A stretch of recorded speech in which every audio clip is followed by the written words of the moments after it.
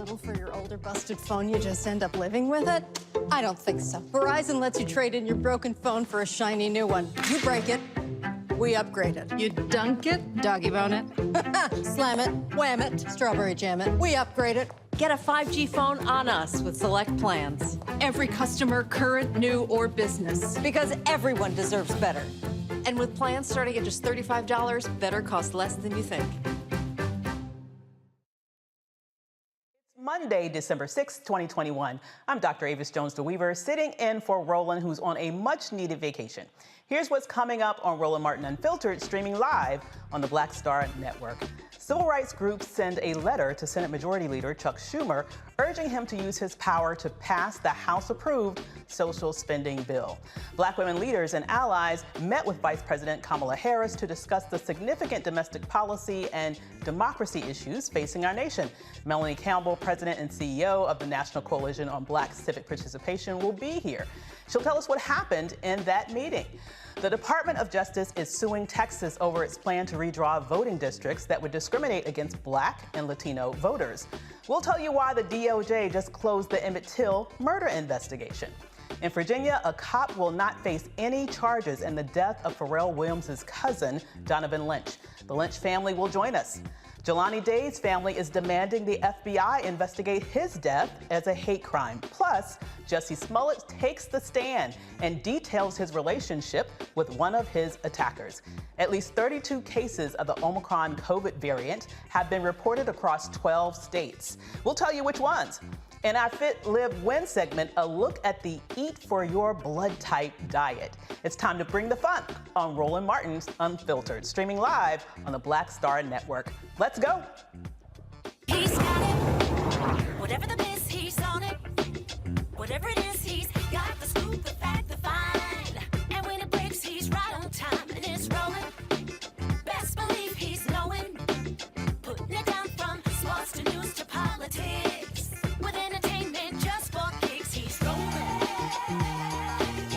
It's on go, y'all. It's Roland Martin, yeah. Rolling with Roland now. He's funk, he's fresh, he's real, the best, you know he's Roland Martin now.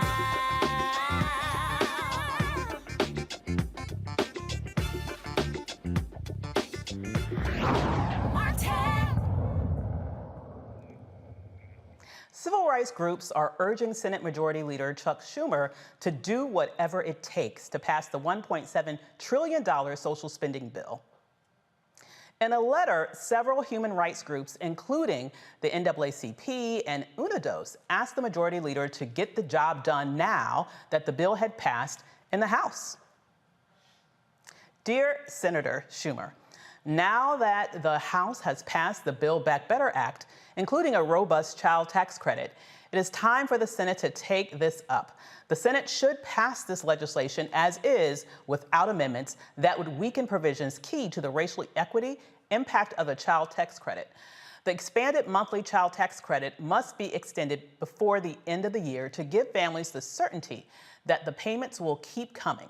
If the bill does not pass by the end of the year, we risk throwing millions of children back into poverty in 2022.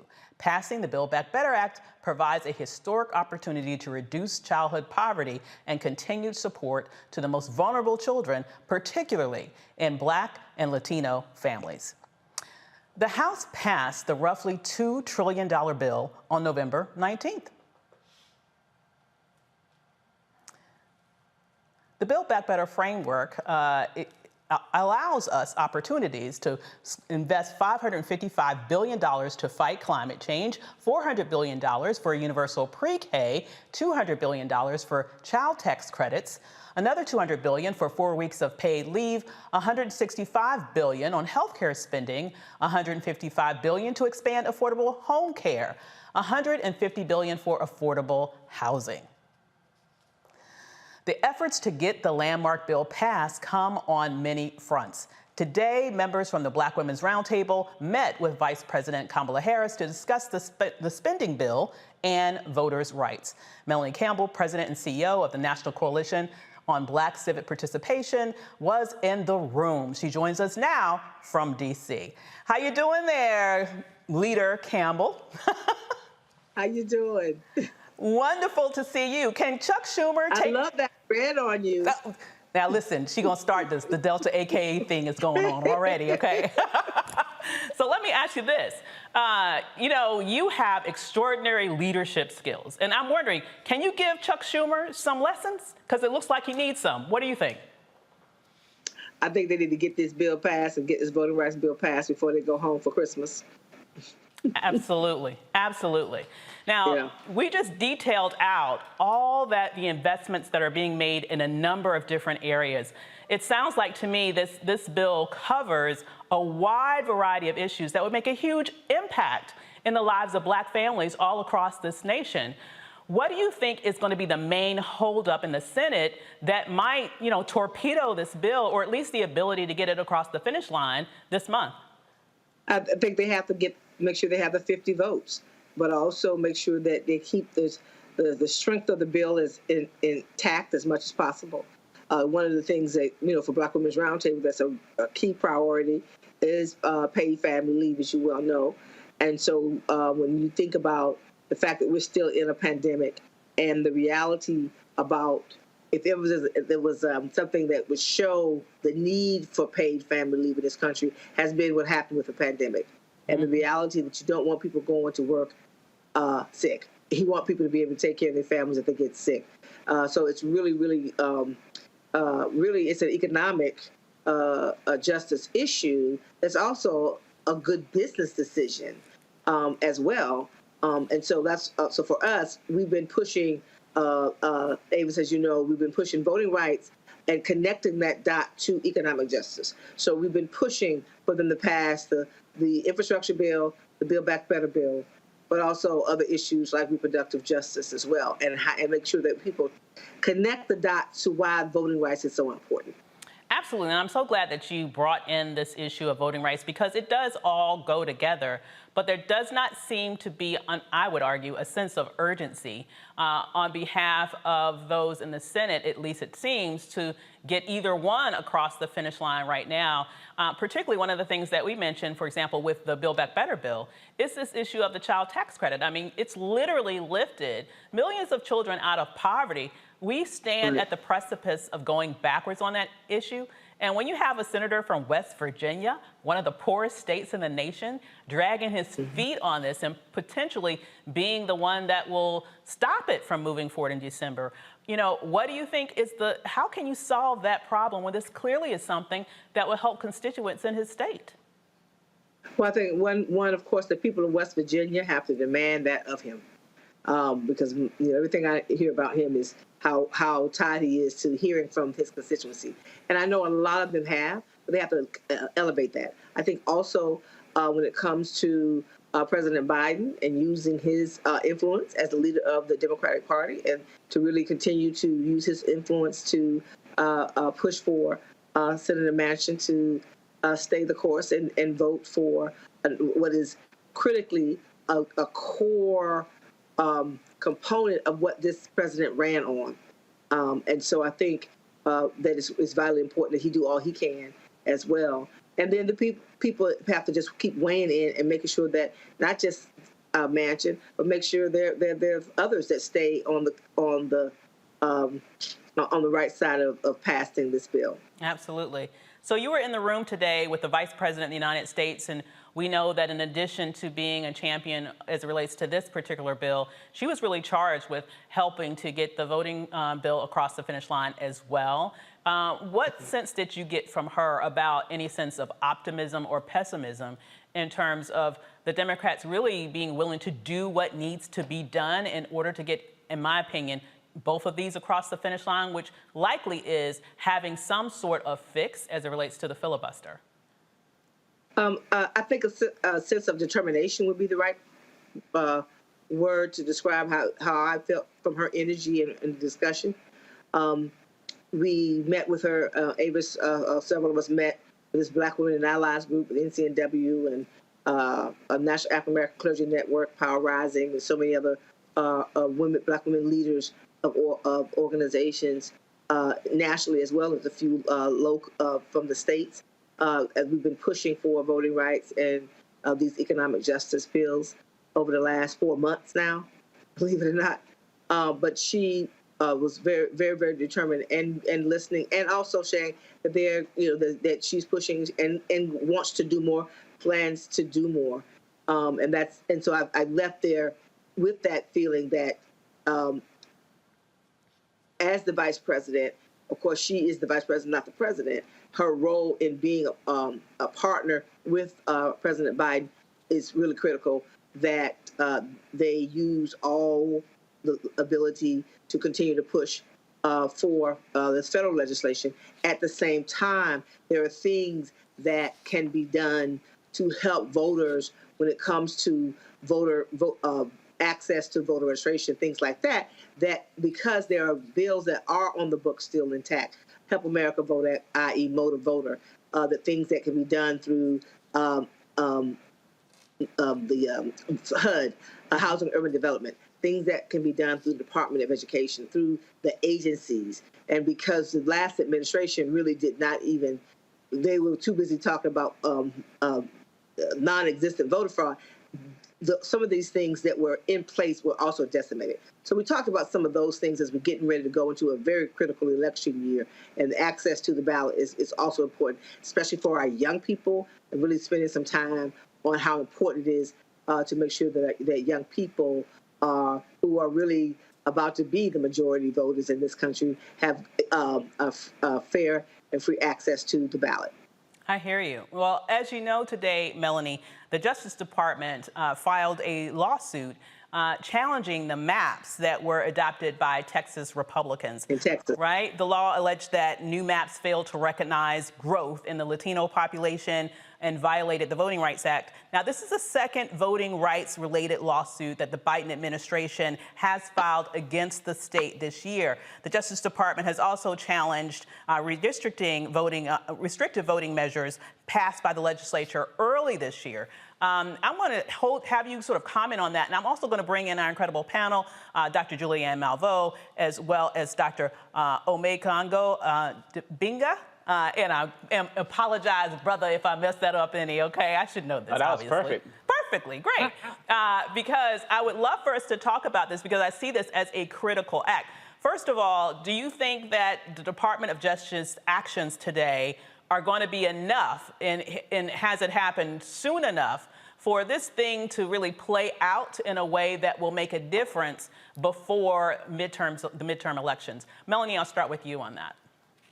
I think that there's not enough time for those lawsuits to. It's important that they be filed because it is also a long game that you have to look at. But in the short run, the election is here. 22 is here.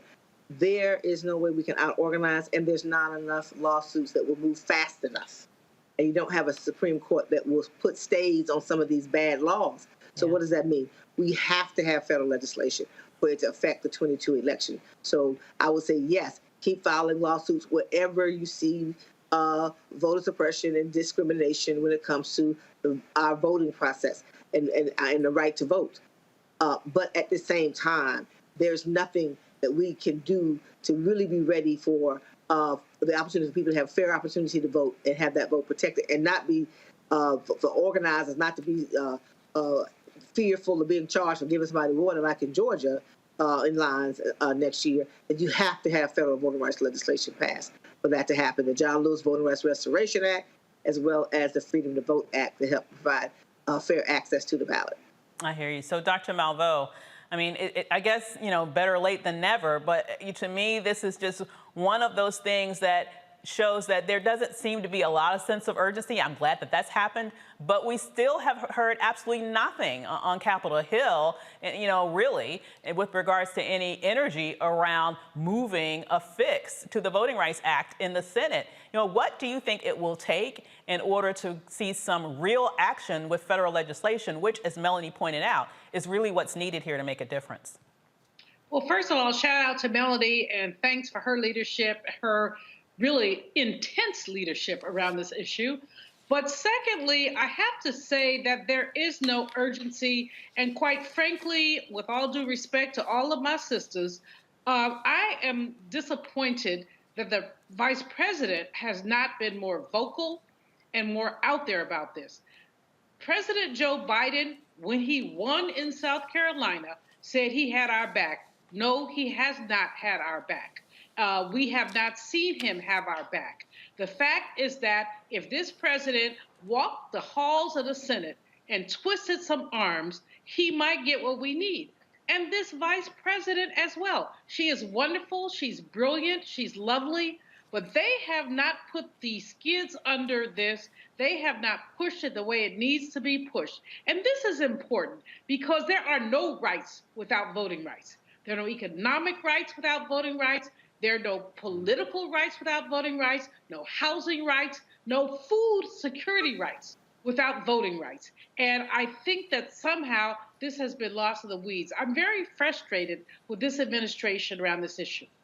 I hear you. So Dr. Omegongo, your position on that, do you think it's even Biden's personality type to twist arms? I mean, he doesn't really seem to be, he doesn't seem to have the energy to do that, honestly, these days. And then you also have to wonder, in the role of vice president, is, Vice President Harris sort of boxed in.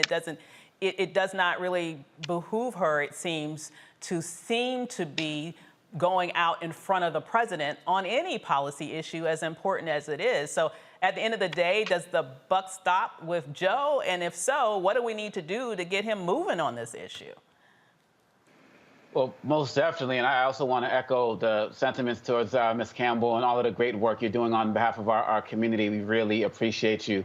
And yes, the buck does stop with Biden and Harris. Look, I remember when they came into office and they were trying to go hardcore on getting some of their COVID relief passed. And you saw Vice President Harris going into West Virginia, doing local television, getting Manchin pissed off, and they were doing all of the stuff to rile the feathers. Where's that energy on voting rights? If you're talking about you have our back, look, we're talking about what they're doing in Texas, where you're going to have Representatives Al Green and Sheila Jackson Lee competing against each other. This is ridiculous. And yes, this is the second lawsuit. Yeah, there's going to be a third and a fourth. But again, the federal legislation will take care of this. And people have to be mindful of the fact that Trump and all of his cronies are coming back hard. They're putting all of these people in place across the country who have already said they will overturn elections and that they would have overturned the last one if they were the deciders. You see that Trump announced today that they got about $1 billion for some type of social media company for money we don't know where it came from. They are going on a full court press to steal the next election, and we already have the blueprint and 2 voting rights bills that can be right on the table right now. And President Biden is trying to be this I'm going to save the soul of America, play it down the middle type of guy. It's not working right now. And we're seeing the same thing that happened that led to the end of Reconstruction, when people just basically said, well, Black people, they've come far enough. We don't really, they're good, they're fine. And they let us end up losing the vote, which ended up leading into Jim Crow at the end of the Reconstruction with the Tilden-Hayes Compromise. And we're seeing the same thing happen again. And if they don't get this done, Schumer said, hold my feet to the fire, blah, blah, blah. If they don't get this done, they are going to lose us going into 2022 and going into 2024. And as we all know, some of us have already given up because they haven't seen Biden and Harris fight hard enough to date. Yeah, well, that would be supremely unfortunate, given that, if people are fighting against you, the last thing you need to do is acquiesce. My belief is you fight till the end.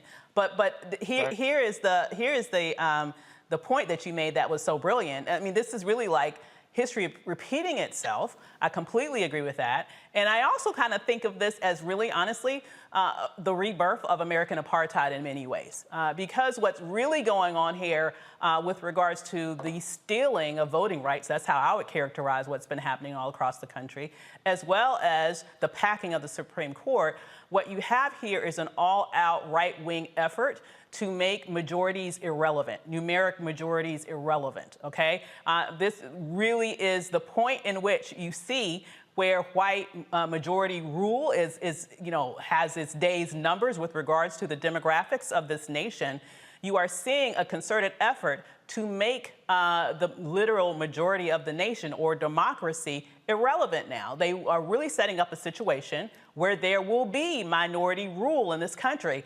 The House is on fire. But I still want to say, I don't see a lot of action here from the Democratic Party. Schumer seems to be, I don't even understand why he's the leader. Please. I really do not understand why he is the leader. He is exerting zero leadership. Where is the leadership? I don't see it. And honestly, you know, I understand the frustration here with, you know, the Biden-Harris ticket, but let's also be realistic that she is a vice president and not a president. And there really is not the ability for a vice president. You know, she doesn't really have the power in that role to supersede the priorities of the president. The problem to me seems to be that this does not seem to be a priority or an urgent priority on Joe Biden's agenda. And my question to you, Melanie Campbell, is why is that not the case? What do we need to do? I know you've been doing a lot of work in the streets. You've gotten arrested, and many Black women have gotten arrested, and men have gotten arrested around this issue numerous times. What do we need to do to wake up thousands of people around this nation, because this really is the beginning of American apartheid. If you guys think what's happening with the Supreme Court right now is scary, let me just tell you that's just the tip of the iceberg, because if they can undo that precedent, what keeps them going for other precedents in the future? They've already gutted the Voting Rights Act. What's next? I mean, what do you think, Melanie, needs to happen to really let the masses understand how urgent this situation is? And I think engage in some really huge acts of civil disobedience all across this country to tell the Democratic Party, we're holding you just as responsible as the Republicans, because while they're going around this nation passing hundreds of laws to undermine our voting rights, you're sitting on your hands as if there's nothing that you can do, but you know exactly what you need to do, yet you don't have the courage to do it. What can we do to sort of spark that type of energy and change? I think what we have to do is we can't let off the gas, number one, right? I think if people can't sit on the sidelines, we have to expand the pressure. We're going back out there Wednesday in the snow and the rain on Wednesday. We have to show up and make the demands. There's nothing in our history that we have won victories without us sacrificing and pushing the envelope. Nobody's going to exert, whether you're our friend or our foes. And so we're at this inflection point. And so we have to fight even harder. We need more people in the streets. We need more people showing up on the things that we're doing with Black Women Take Action. We have to show up, and the sense of urgency has to be elevated. And until we win, when we started down this road, you could have told me that we were going to have to do what we did. But guess what? Our predecessors, our ancestors had to do it. Unfortunately, it's something we thought we didn't have to fight for. But folks who believe that there's only a small amount of folks, a certain type of white male even, that should have the power, have already decided that they will throw the whole structure of this democracy to the wind in order to stay in power. So we have to be much more organized in our efforts in our community and demand of our friends, as well as to deal with our foes and find ways to get them out of the way. This is the fight of a lifetime for us. And we have to, I agree, it is not at the level that it needs to be. But I tell folks, go to blackwomentake.action.org, show up with us on Wednesday. We're going to be out there with our Freedom Walk. We're going to be out there protesting. Others are doing things this week. I think Reverend Barber has something going on. Others are going on, and we're going to be out there. And we need more of our people to stand up and make the demands, and as our quote-unquote allies as well, which is what we've been trying to do, is make sure, because this is not a Black issue. It will have adverse impact on Black and brown people, but this is a democracy issue. This is an issue about whether or not we're going to look up, and you brought it. I agree wholeheartedly. What's happening in the Supreme Court with this issue around the Mississippi case is a test to see just where this can go. And so history again has shown us we can be in a good place, and then we can look up, and then there's a push backwards when it comes to taking away our rights. And our children are depending on us to do our part and lead and fight until we win. as Derek always says. Absolutely true. And in the words of Frederick Douglass, power concedes nothing without demand. It never has, and it never will. And you're exactly right. That not just applies to our foes, it applies to our supposed allies. I would love to see the same amount of energy that we see on behalf of Black lives in the street, on behalf of Black power in the street, because that's exactly what we're talking about when we're talking about what's been happening all across this nation. To undermine our voting power is to undermine our power writ large on a wide variety of issues that are important to us, including issues around Black lives. So it is the one Ava, thing that's not. Yes. I would say in the meeting today, I will say one of the things that we did leave with, I felt, and many of us, you can speak to others who were in the meeting, that Vice President and I would say in absentia the President, they get it. They're going to have to go harder. Well, what's taking so long? I'm looking to see. You can ask them that question.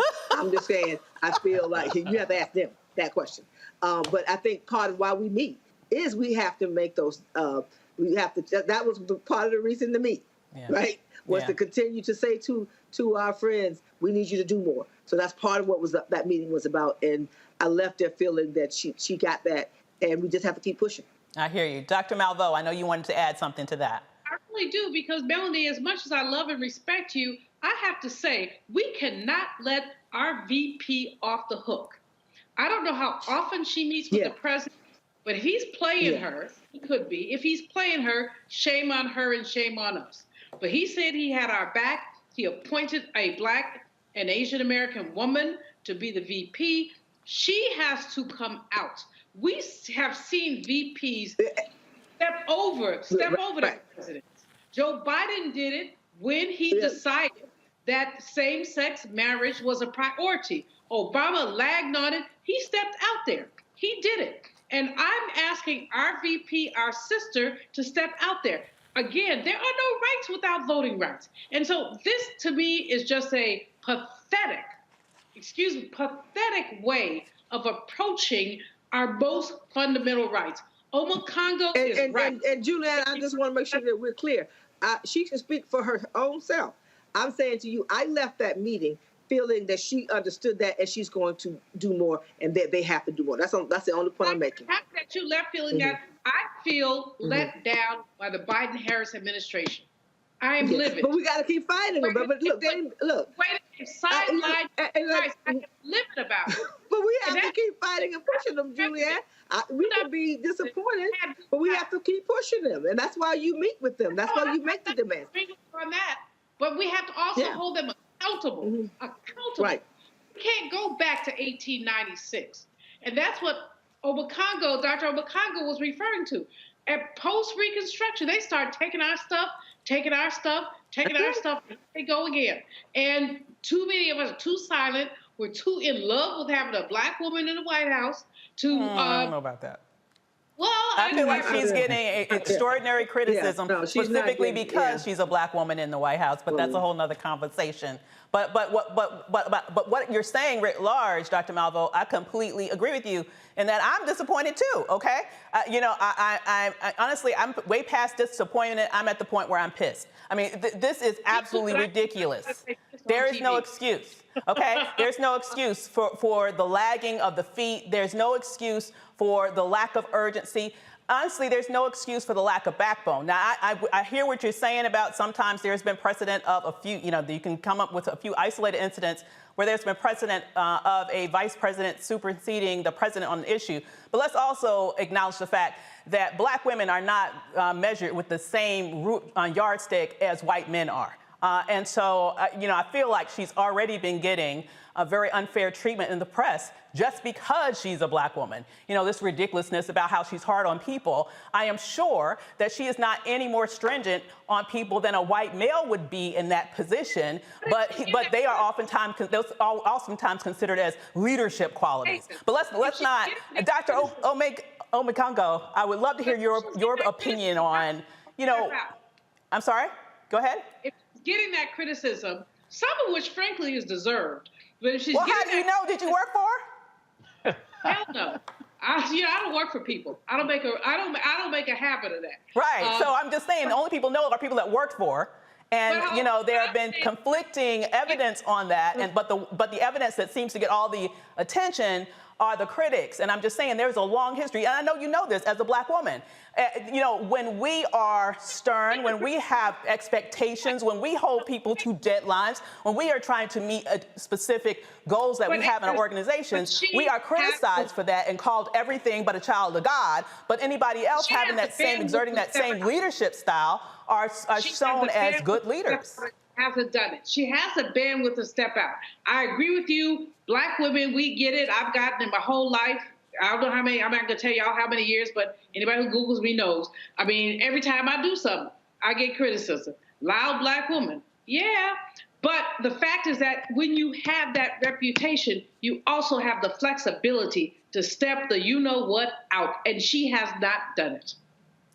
Really quickly, Dr. Omekongo, your thoughts, and then we have to move on. I think at the end of the day, all roads start and end with President Biden.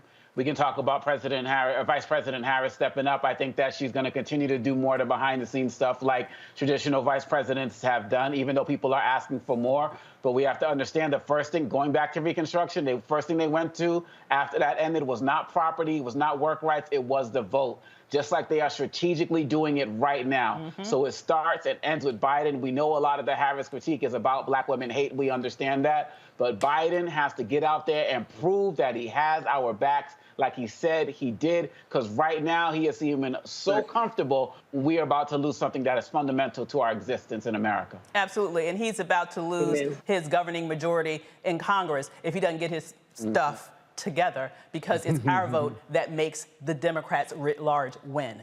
So with that said, there's more to come on Roland Martin Unfiltered. The family of a Black man killed in Virginia has a lot to say about the officer who killed Donovon Lynch not facing any charges. Donovan's father and sister will be with us. Plus, Jelani Day's family wants the FBI to investigate his death as a hate crime. And later in our Fit, Live, Win segment, eating for your blood type. This is Roland Martin Unfiltered on the Black Star Network. We'll be right back after this break from our partners, Nissan and Amazon.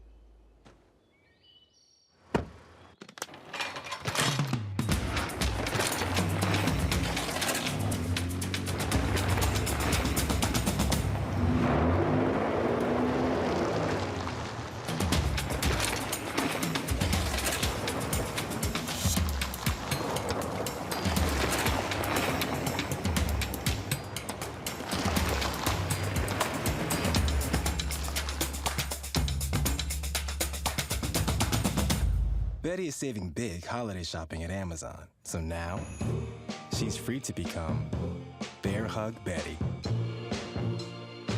Settle in, kids. You'll be there a while.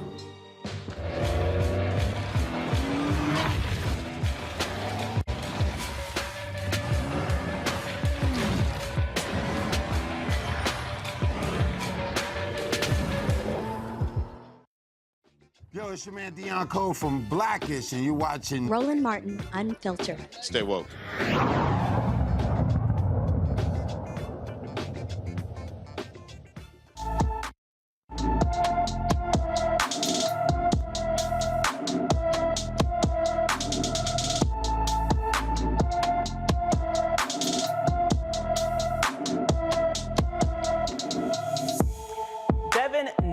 Has been missing since November 30th, 2021 from Los Angeles, California. The 28-year-old stands 5 feet 7 inches tall, weighs about 130 pounds, with black hair and brown eyes. He was last seen wearing an olive green sweatshirt with Sayo Polo on the front. If you have any information on Devin Newsom's Call the Los Angeles Police Department at 877-284-7328. Civil rights attorney Ben Crump joins the fight to discover what happened to Jelani Day. Crump is demanding the FBI take charge of the investigation and urge Chicago officials to prioritize the case. The Illinois State University graduate student disappeared in August and was found dead in the river 4 weeks later. Local authorities are still investigating his death, but Day's mother, Carmen Bolden Day, says law enforcement officials believe her son died by suicide, which she dismissed. You don't know what happened. You don't know what for reason. I don't know how you cannot stop insisting that the people who have made pledges to protect and serve find the answers for you. I know that they're not magicians, but my son went missing.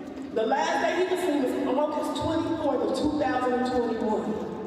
I filed a missing persons report on August 25th. His body, the body that was found on September 4th.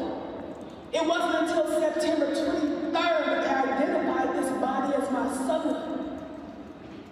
On that day, they wanted me to accept that they now could identify him by dentals when they told me that they couldn't. They wanted me to accept that they had DNA answers when they told me it would take up to a month for them to get that answer, and it wasn't even a month. So now I'm asking them, I'm imploring them, I'm begging them. I need to know what happened to my son. I had to do my own investigation work. I had to watch on TV this young white girl who went missing, whose parents hadn't talked to her for over 2 weeks. And so they began to be worried about their daughter. And I empathized with them because I knew what it felt like to be missing your child. But I hadn't talked to my son for 1 day. 1 day, and I reported him missing. And it was crickets. I wasn't getting any help. I didn't have the resources. I didn't have the ability to have people out there searching for my child. I have to tell you, my heart breaks for that mother and family. To lose your child, have them missing for weeks, have them found in this very disturbing way, and still really not getting any information that you deem as credible, has got to be heartbreaking. Dr. Malveaux, I'll start with you. What do you think needs to happen for that family to get some closure here and to really get the truth about what happened to their son, since this suicidal claim doesn't really seem to have much merit in their eyes? Well, the suicidal claim is nonsense. This is a young man who is on the uptake, the PhD student who's doing his work. It's nonsense. But I think that the pain is compounded by the fact that as Jelani Day was reported missing, this white girl was reported missing, and that was like the FBI Central. It was all over the place. And so what you saw publicly was the value of one kind of life, white female life, over another kind of life, black male life. And that, for that family, has to be gripping. The FBI needs to not only do an investigation about what happened to Jelani, but they also have to do an investigation about how these local law enforcement people blew this woman off.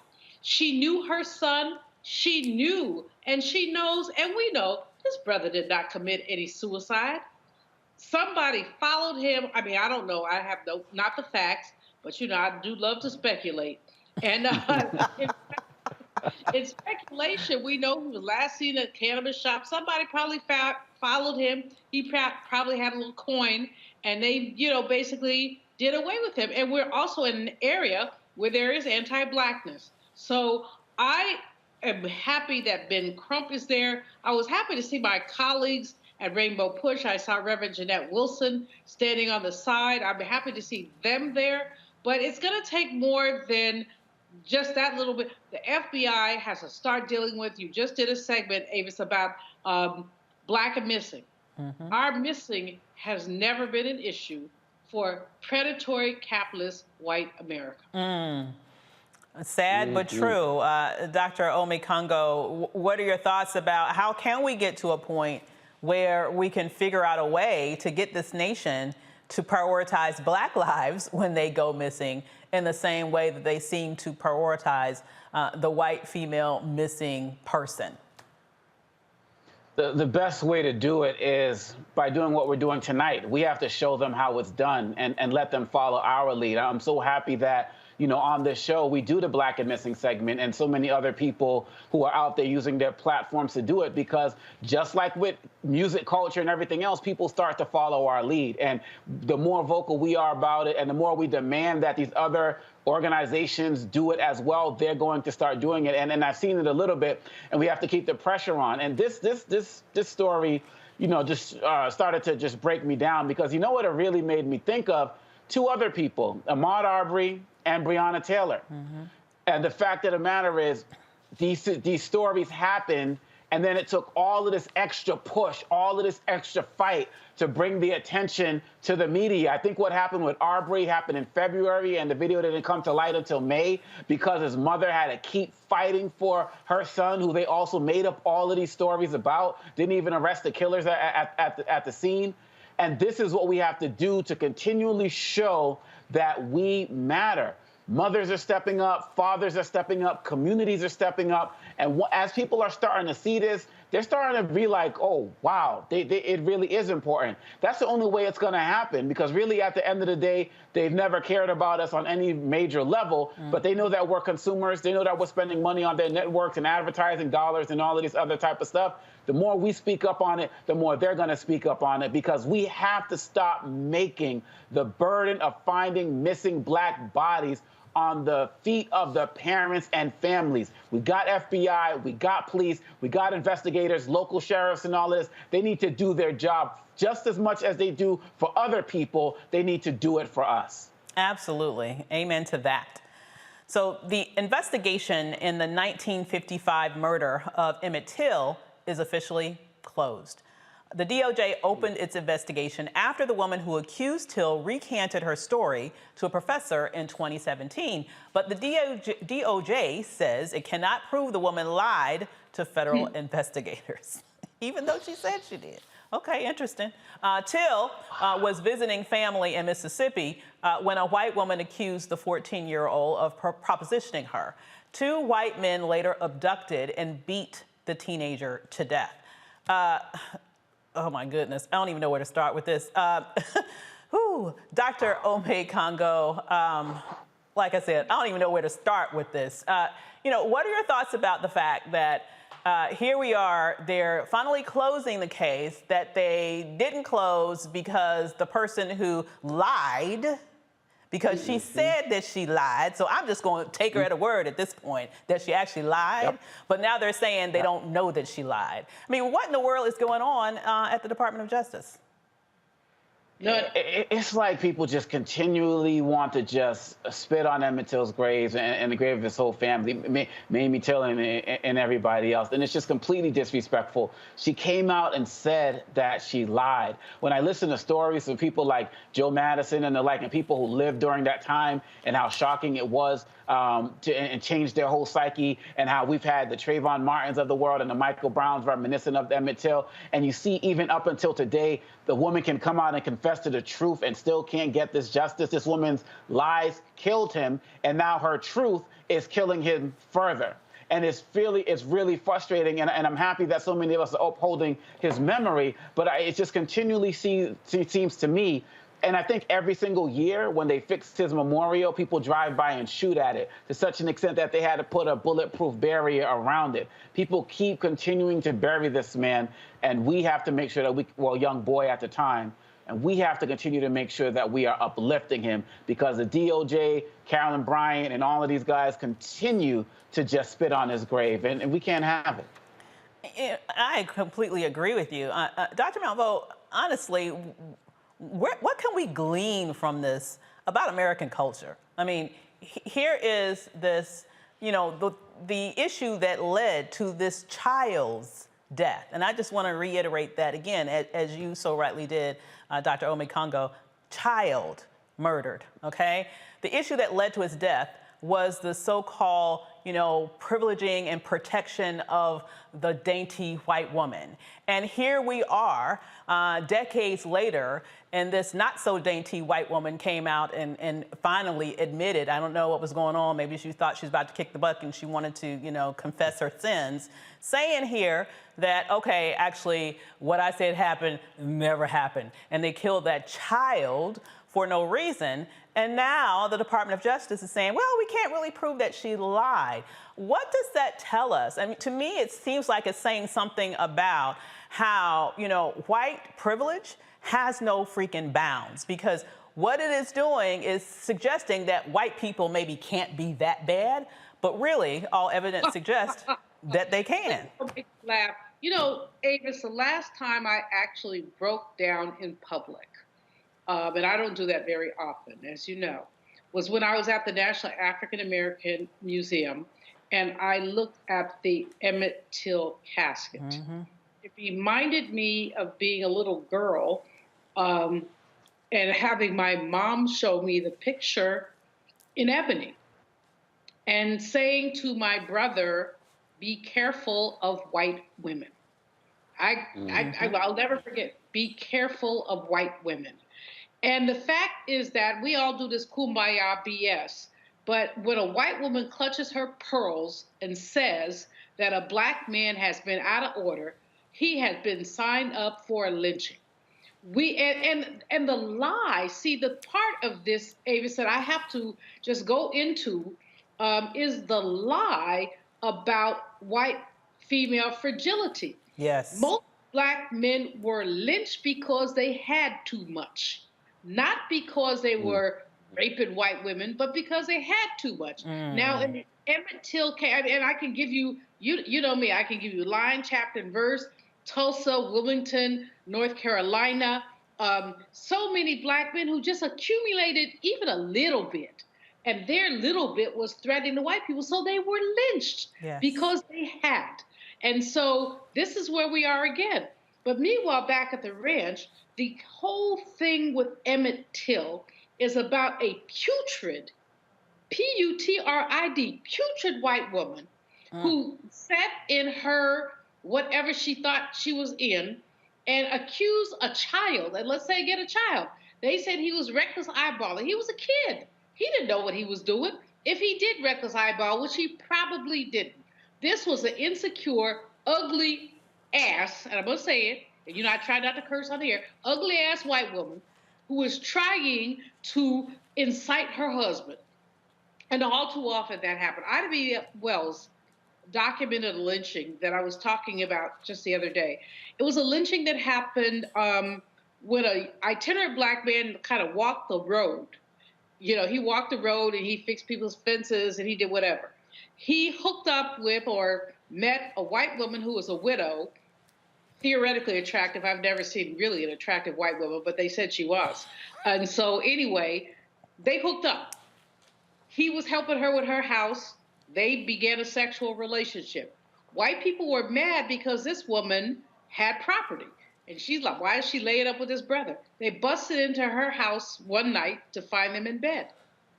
She initially cried rape. Mm-hmm. They had had a consensual relationship for months, but she cried rape. They took him and they tied him to a tree. They went to burn him. This is what we also don't understand about lynchings. Burnings occurred as well. When they gave her the match to light, he said to her, honey, would you do this to me after all I've been to you? And you know what? The itch lit the match. And so this is our history, and this is why, for so many reasons, it's so challenging for black and white women to work together, because we know that when you're behind lies, my brother is going to go hanging off a tree. And that is the Emmett Till story.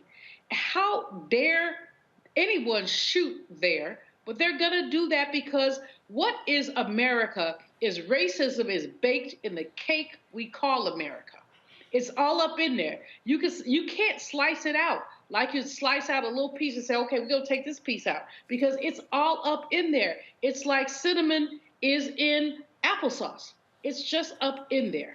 And we have to consistently resist this notion, and forgive me for going on so long, but the whole Emmett Till story reduces me to pudding. Makes me feel so, I don't even have the word, Avis. It just makes me feel so angry, but also at some point so empowered, because we ain't gonna let this spit go down. We ain't gonna let the spit go down. So we will keep fighting. Absolutely, we'll keep fighting. But, I definitely feel and understand your anger. The reality is that how can, we're not that far from this moment. This is not ancient history as much as people like to act like it is.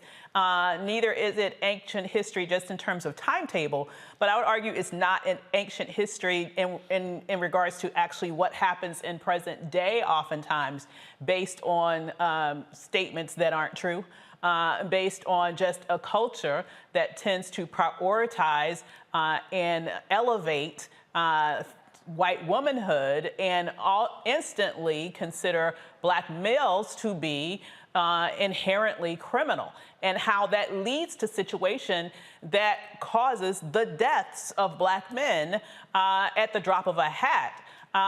Dr. Ole Congo, what do you think about this challenge that we continue to wrestle with? I mean, honestly, I don't like to throw up my hands with anything, and I know that we've made some progress, but it's certainly very discouraging to see this as something that's completely embedded in American culture. And how do you move past this cultural challenge that I think goes well beyond any sort of legal remedies? This is just who and what America is it not? Absolutely. I believe it was Julian Bond who said America literally spells out, if you just switch the words around, to I am race, right? I mean, it's been the basis of who we've been from the beginning.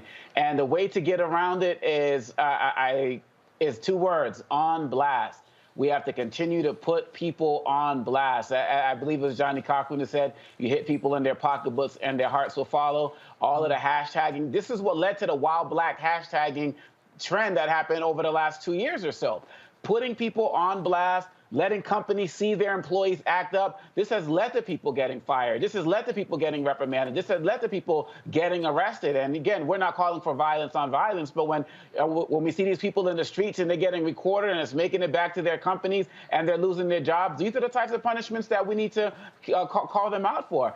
And really, at the end of the day, I've seen some of these videos where some of the Black folks who are in them, they mad and they are starting to retaliate violently as well. So people need to be on notice for that, because we don't condone any of that. So at the end of the day, we need to continue to use our platforms to call these people out. We're running these social medias in terms of hashtagging, and we have these platforms out there using it, letting people know that we are not tolerating it anymore. I mean, I'm just imagining what if we had, the social media back in those days, and what we could have done to help expose women like Brian and all of these other people who are lying out there, and what could the consequences have been. So I think that that's what we need to be doing. We need to continue doing it, and it kind of ties into the other segment, showing people that our lives matter. You're not just going to lie on us for sitting in our car, for working at an ATM machine, for selling lemonade, for selling Girl Scout cookies, for just walking down the street, all of this other type of stuff. We are going to show you that our lives matter. It may cost you your job. It may cost you some other type of thing that you love,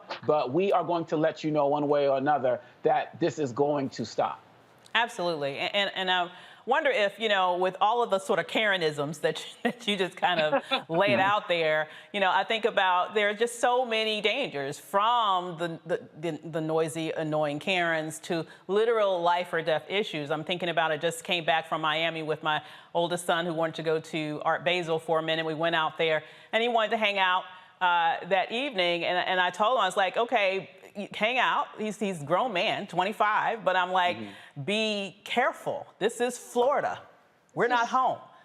Trayvon Martin, Jordan Davis, there are folks around here who will just shoot you, and just ordinary citizens, not even policemen, right? So, my thought to you, Dr. Malveaux, how do we keep our children safe, our loved ones safe, ourselves safe, navigating a society where it seems like in many instances it kind of, gives people it gives people the feeling that they are empowered to literally take Black people's lives at the drop of a hat?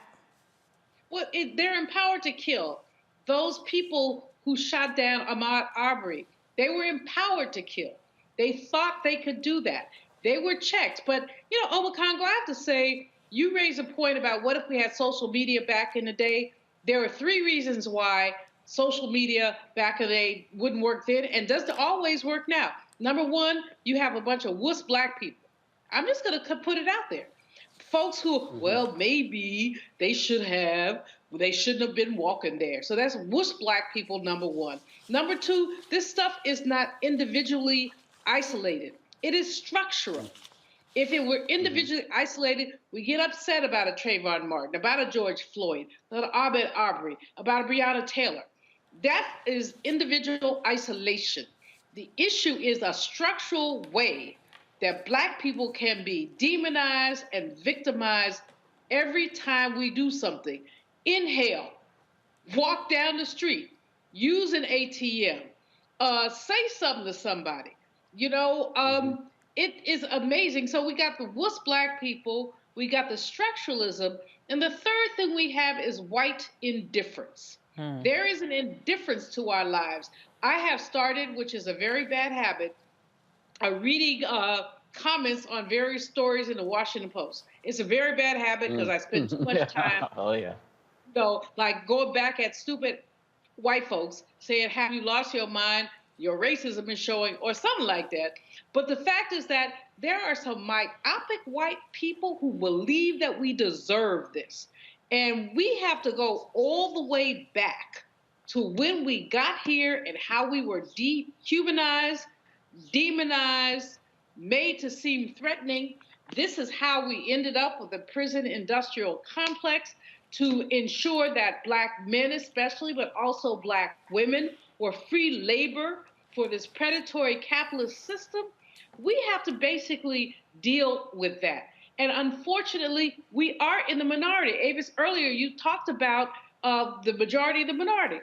But the fact is that our country was never designed for the majority to be able to vote, to have power. It was always designed, when you look at the way the Senate is constructed, that Vermont has the same number of senators as California, which has 10 times the population. It was always designed to be minority, predatory, capitalist rule. We need a revolution. At the end of the day, we just need to turn this out. And that's back in the day what we tried to do, and folks are like, oh no, calm down, it's all gonna be okay. No, it ain't okay. It won't be okay until we make it so. I hear you, my girl. So coming up, Jussie Smollett takes the stand in his trial, revealing his relationship with one of his attackers. Plus, a Virginia family is not happy the police officer who killed Donovon Lynch will not face any charges. Stay with us on Roland Martin Unfiltered. We'll be right back after this break. You're watching the Black Star Network.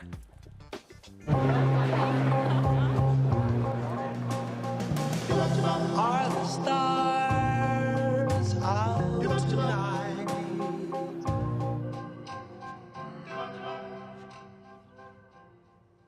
Alexa, play our favorite song again. Okay. I only have eyes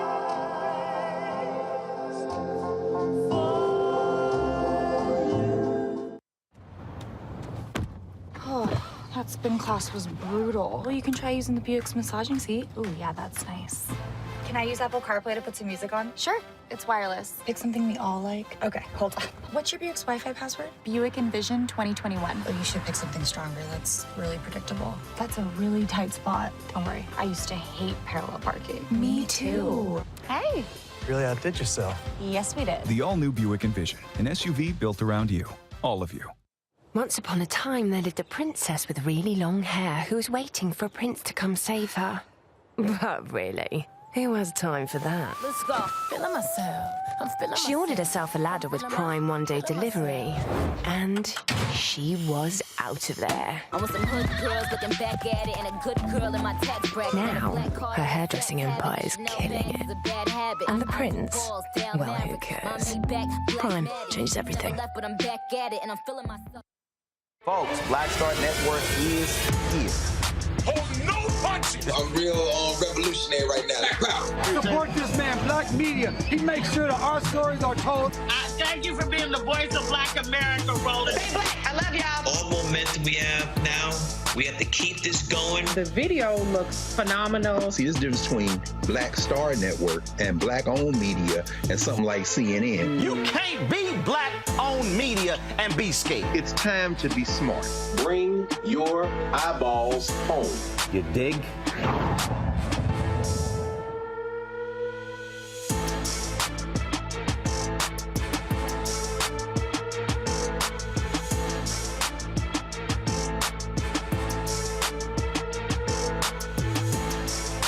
Hey, I'm Cupid, the maker of the Cupid Shuffle and the Wham Dance. What's going on? This is Tobias Trevelyan. And if you're ready, you are listening to and you are watching Roland Martin Unfiltered.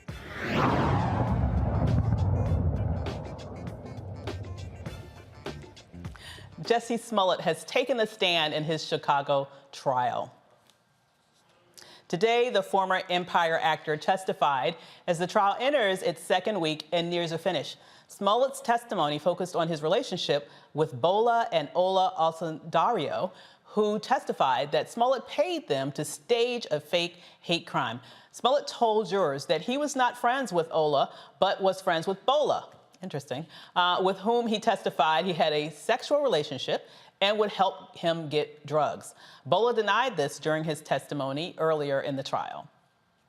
So it's very interesting, really quickly, Dr. Omikongo, you remember when this first happened, it just sort of blew up. And I just kind of, juxtapose this against the issue of, whenever there are issues regarding, hate crimes, oftentimes it's hard to get the attention in terms of specifically calling it what it is.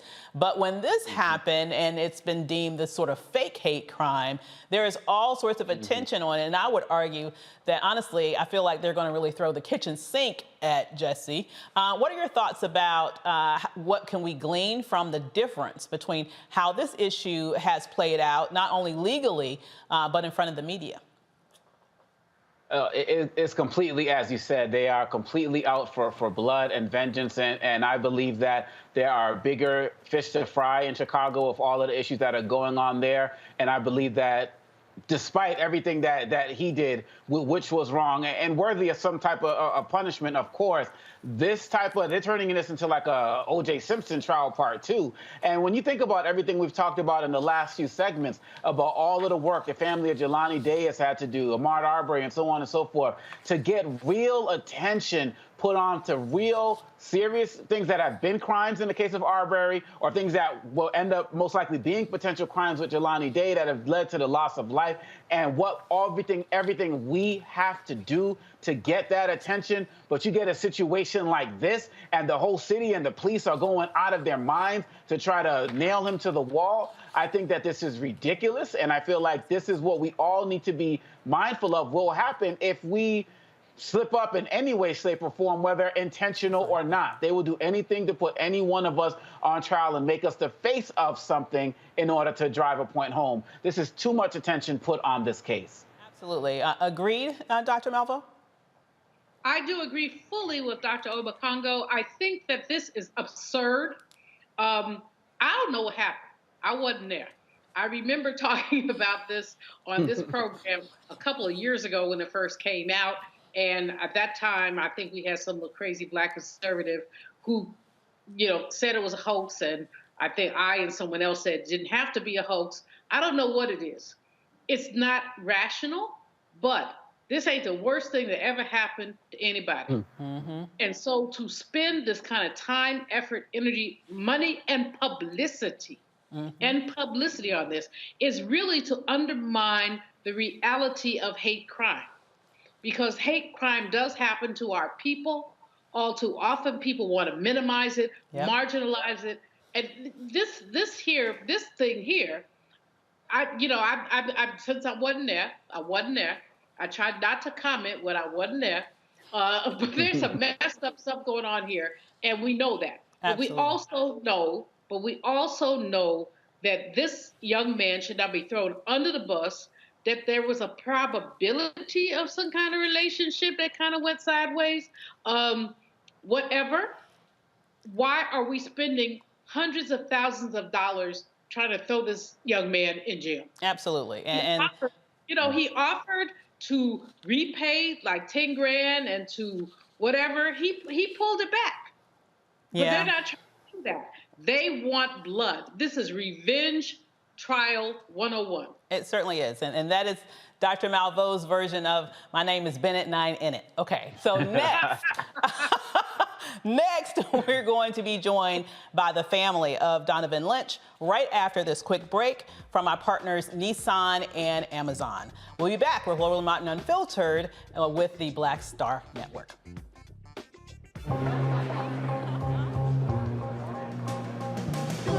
Are the stars out tonight?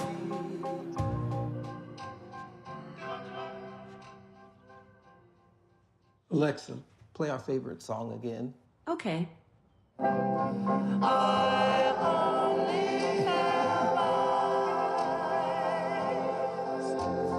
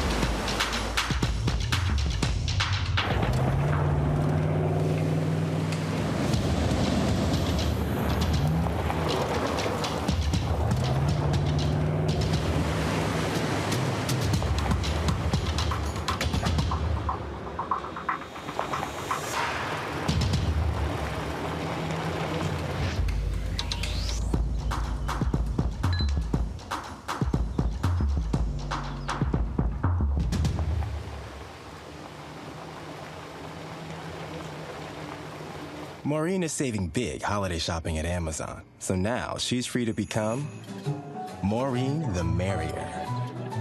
Food is her love language, and she really loves her grandson. Like, really loves. Hello, everyone. I'm Godfrey, and you're watching Roland Martin Unfiltered, and while he's doing Unfiltered, I'm practicing the wobble.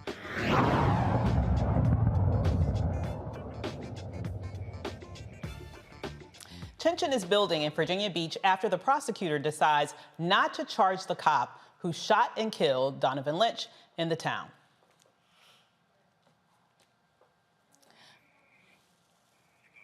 The city's prosecutors say that Officer Solomon Simmons was justified in protecting himself and others in the late March shooting. They said Lynch raked around into his handgun's chamber and pointed his weapon toward a parking lot filled with multiple people and police. Joining me now is Wayne Lynch, Donovon's father, Lauren Lynch, Donovon's sister, attorney Jennifer Carroll Foy, and Minister Gary McCullum. So I'd like to start with the attorney. Thoughts around what's happening here with regards to the decision not to file charges legally. Can you explain to us what the justification for that really was? Yes, and thank you for having me. So as a family friend and someone who's working with the family in order to bring more attention to this issue, they're trying to say that this was a justifiable shooting. But what we know is that the facts don't add up, or the information that was provided is insufficient, and there are so many holes that you can cast a net and catch many things in it. At the end of the day, we know that Donovon committed no crime, We know that he's a registered gun owner. We know that, he was a college graduate in Virginia Beach, having fun with his friends, and ended up not coming home that evening because he was shot and killed by a law enforcement officer in uniform during his duty. Those are the things that we know, and that's a problem because there are many questions that still have not been answered. Absolutely. Questions that have not been answered. And right now, it doesn't look like we're going to get answers. Mr. Lynch, my condolences to you. This is the worst nightmare of any parent, is to lose your child, and to especially lose him under such tragic and unnecessary means that it looks like now you won't get any sense of justice for the closure, if there can be any closure after something like this. Can you tell us literally what you are feeling at this moment, that you're hearing that your child's murderer won't face any sort of justice moment related to this? Well, first of all, thank you for having us. All praises to my Lord and Savior, Jesus Christ. My family has been devastated by this tragic event. We know that Donovan was a young man that we loved and cared about. We also loved and cared about his community. He was a business owner. He was a college graduate. And now we want to have justice for Donovan. What I've done to keep Donovan's character and memory alive is start a foundation called the Donovan Wayne Lynch Foundation. And that foundation will shed light on issues in our community. What we've done, along with Jennifer and Bobby Scott, Senator Scott, we've also initiated a DOJ investigation. We want the DOJ to have an independent investigation into exactly what happened with Donovan. I love that, because it sounds like to me you will never give up fighting for justice for your son. No. Lauren, your dad said something that really struck me. He's not only fighting for justice, he's fighting to protect the character of his son. I would love to get your perspectives. If you could just describe to us the human being that your brother was. My brother was very fun. He was very caring and very loving. He was very protective over me. He always made sure as his little sister that I was well taken care of. And he did everything he could to make sure that our family was taken care of, and even his friends and people in the community. He was somebody that if you were having a down day, that you could give a phone call, and once that call was over, you can guarantee that your day just got a little bit better. That is so beautiful. It sounds like the type of, I don't have any brothers, but it sounds like the type of brother I always wanted when I was growing up. Minister McCollum, your thoughts. I know that you've probably been a rock for this family. Can you talk to us a little bit about what they're going through right now? And also, I would argue what the community is going through, because it's got to be jarring for an entire community to have a rising young man like that just literally cut down in the prime of his life for no good reason. Yeah, you're absolutely right. And as Wayne said, and his daughter, this was a good man. Donovan was a good young man. And the thing that we hear, and the thing that makes us, get so persistent about trying to get justice for Donovan, is that you have young people in this community, frankly, who said, if this can happen to Donovan, this can happen to anybody. So the things that Wayne talked about, the creation of the foundation, creating a law so that we have true and independent citizens review boards to investigate police practices like this or incidents like this. That's what we need. And so we're pressing for those, as Wayne said, getting this the federal Justice Department to investigate this, because what we've seen here is police investigating the police. And that's not independent, and it's not giving us a citizen's review over what happened on that March night. That is so important, because when it sounds to me like, when you have the fox guarding the hen house, what really can you expect? Attorney Foy, I would love to get your thoughts on the prospects of actually having some of these things that the family is pushing for come to pass, like a DOJ investigation, like a Citizens Review Board, like new legislation to hopefully make it more difficult for a tragedy like this to happen in the future.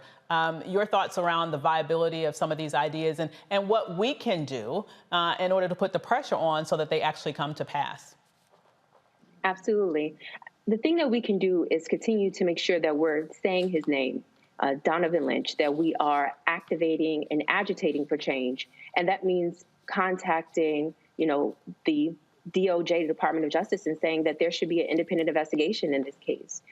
There is an officer-related shooting. You have, as Minister McCollum said, police investigating the police, and we know that we need to do better. We can do better. We saw what happened at Ahmaud Arbery case, and that the prosecutor initially said there was no probable cause there.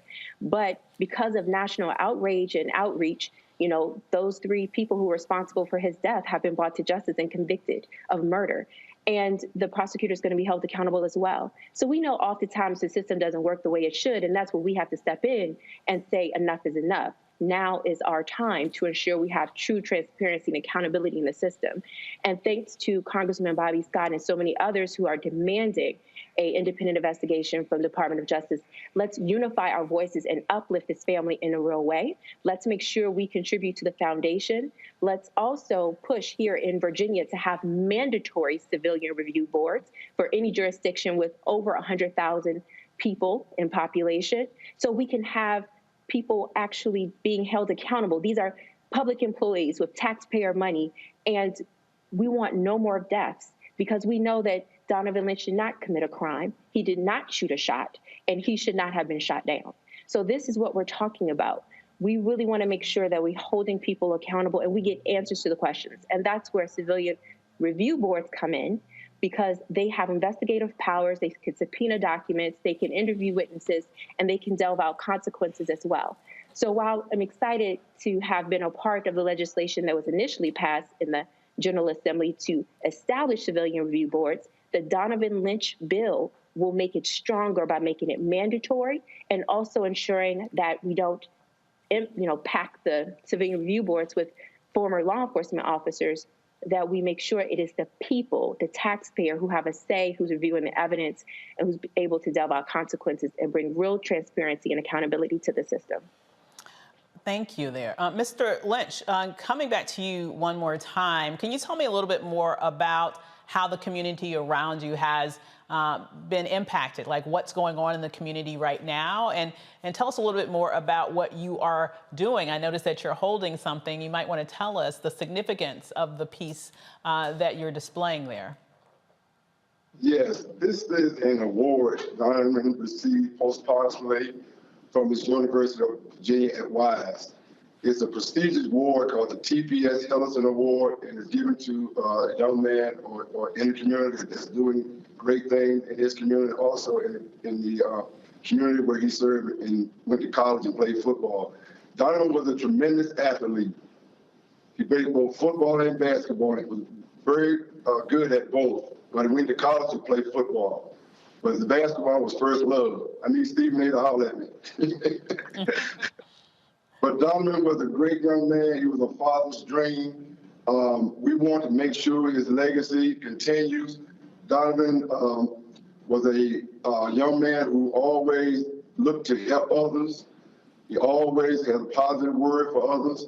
He was always kind and caring.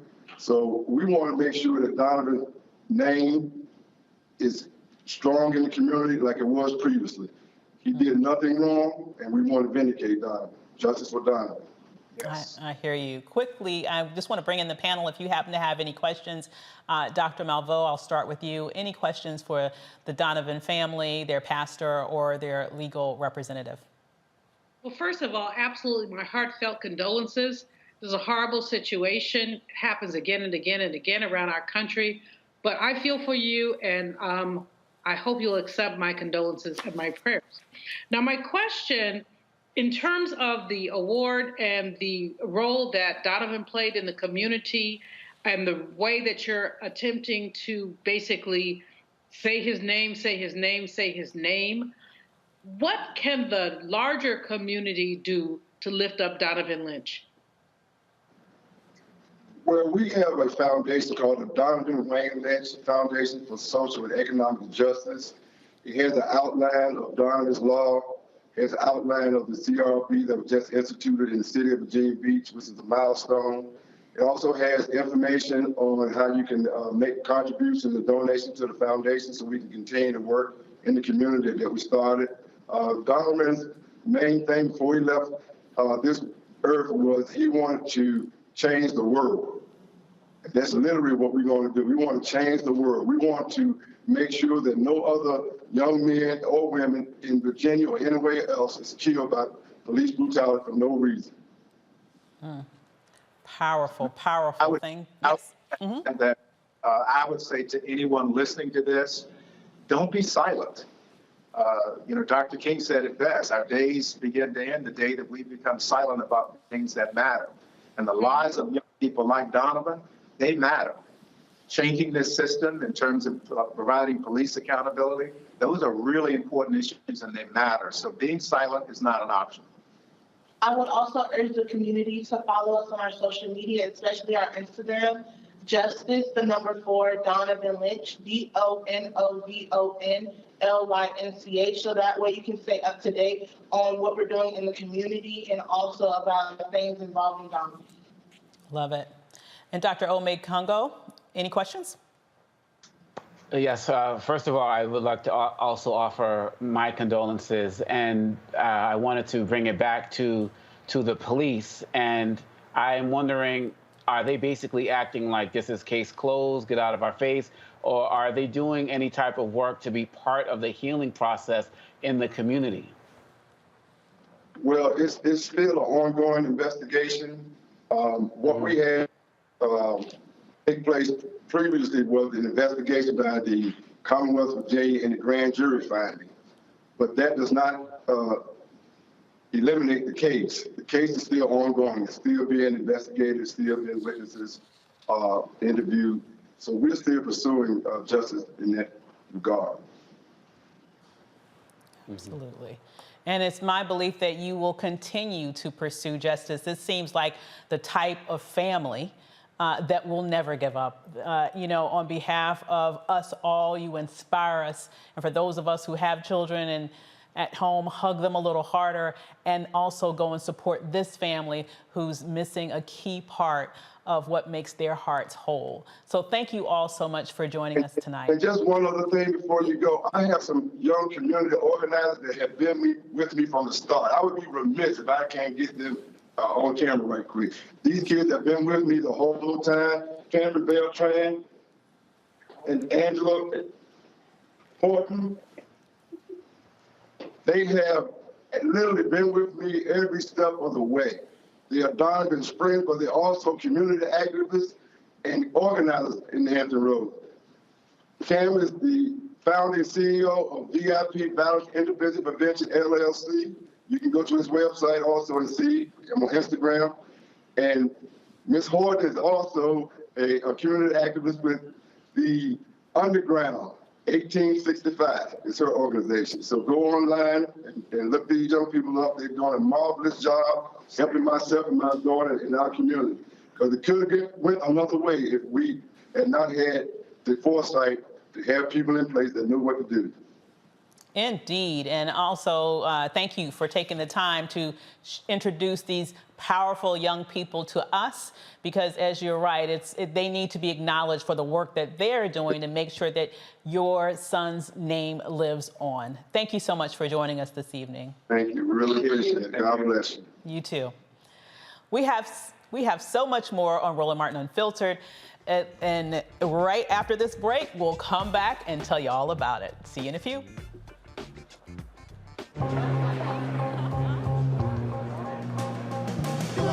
Are the stars out tonight?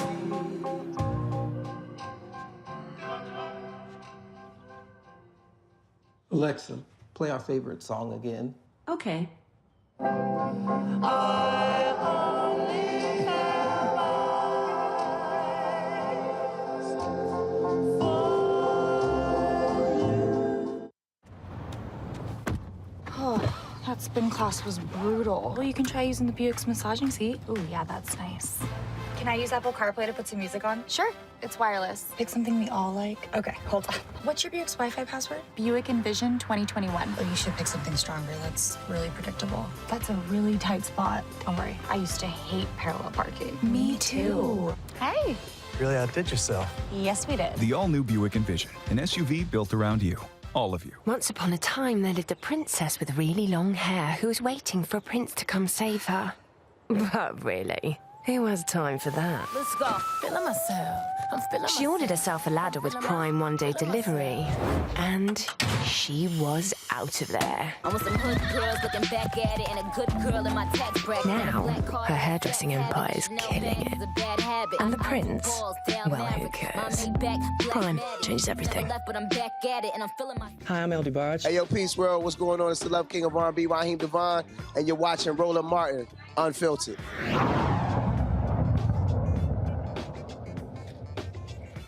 The Omicron variant is popping up across the U.S. Take variant has 32 cases across 12 states that have been reported in several states, including, unfortunately, Maryland, California, New York, and Louisiana. President Biden's medical advisor, Dr. Fauci, recommends vaccines and booster shots as an effective way to stay safe from the new variant. In New York City, Mayor Bill de Blasio enforces a new vaccine mandate for all private employees. Employees must have 1 dose of the vaccine by December 27th. The city already has mandates workers and patrons of indoor dining, entertainment venues, and gyms. There are nearly 100,000 new cases of COVID a day, the highest it's been in 2 months. There are over 49 million cases and more than 800,000 deaths in America. Nearly 60% of the U.S. population is fully vaccinated. Booster shots are recommended for all eligible adults. I have to say, panel, I've already got my booster. Shout out to the Safeway in Oxon Hill, okay? Where you can also get 10% off your groceries when you get your booster there. So I would suggest that you do that, okay? That's what's up. Well, that's what I'm thinking about. My second shot made me so sick that I'm worried about the booster. I'll be honest. I was sick for 2 days behind that second shot. It's better than being dead forever. Well, I'm just saying, comparatively speaking. My shots, but I'm nervous about the booster. I do not have, at the end of an academic semester, I do not have 2 or 3 days me laying up in the bed. So I have to wait until sometime. Unless one of y'all, Congo, Avis, y'all know me, who's volunteering to come take care of me if my behind gets sick. I'll come get you. I'll get you, especially if it means coming out to California, girl. I'll be right there on that next plane. So, well, let me just tell you that my experience, I'm part of the Moderna gang, okay? So I'm straight Moderna, okay? All three, the one that was co-invented by a Black woman. Hello, that's why it's the best one. So let me tell you, for me, honestly, after my booster, the only thing I had was a sore arm, literally, for a few hours. That's it. I had no side effects whatsoever from my third booster or my first one. Maybe a little bit tired, a little bit more after my second one. But this one for me was even easier than the second one in terms of any sort of lingering effects. So I think it just maybe impacts people differently. But like I said, even if you're 2 days under the weather, that's better than being forever 6 feet under the ground, right? What do you think? I had 2 nervous. I'm very nervous about the third. I will get it at some point. But, and no, I don't. When I go 6 feet under, there will be an earthquake. All y'all will know that I'm 6 feet under. Dr. Emmett Congo. I think I might have to hit up that Oxon Hill for the 10% discount. Come on down. That's the blackest Safeway in America. I'm telling you. I'm loving that store. I know exactly where it is too. I got my appointment scheduled for, waiting for the semester to end. So, by the next time we meet, we definitely should have that taken care of. And I just think that is something that we have to do to help contain this joint. So let's just make it happen. Let's all do what we need to do so we can get over this. Absolutely. And in all seriousness, when you look at what's happening in places like, we're in the D.C. area, except for Dr. Malveaux. Now she's left us. We all said we miss her. She's over there on the other side of the country now, on the West Coast, right? Maybe or maybe not the best coast. I will say this.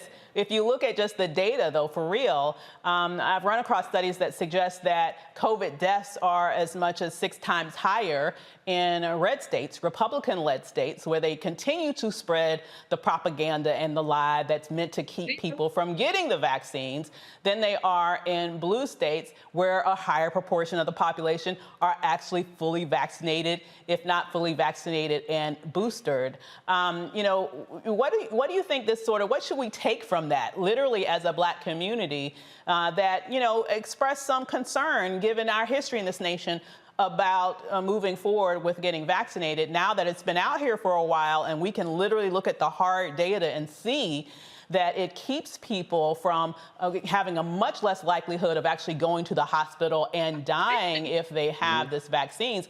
What would be your message to the Black community, Dr. Malveaux, about making sure that they're fully vaccinated and, when they can, going ahead and getting that extra booster with these new variants on the horizon? I plead with people to do it. On our campus, Cal State LA, 90+% of our students are vaccinated. Unfortunately, the number for faculty, y'all can guess because y'all know faculty. They have minds of their own. So the number is over. I think it's the low 80s or high 70s. But our students are being vaccinated.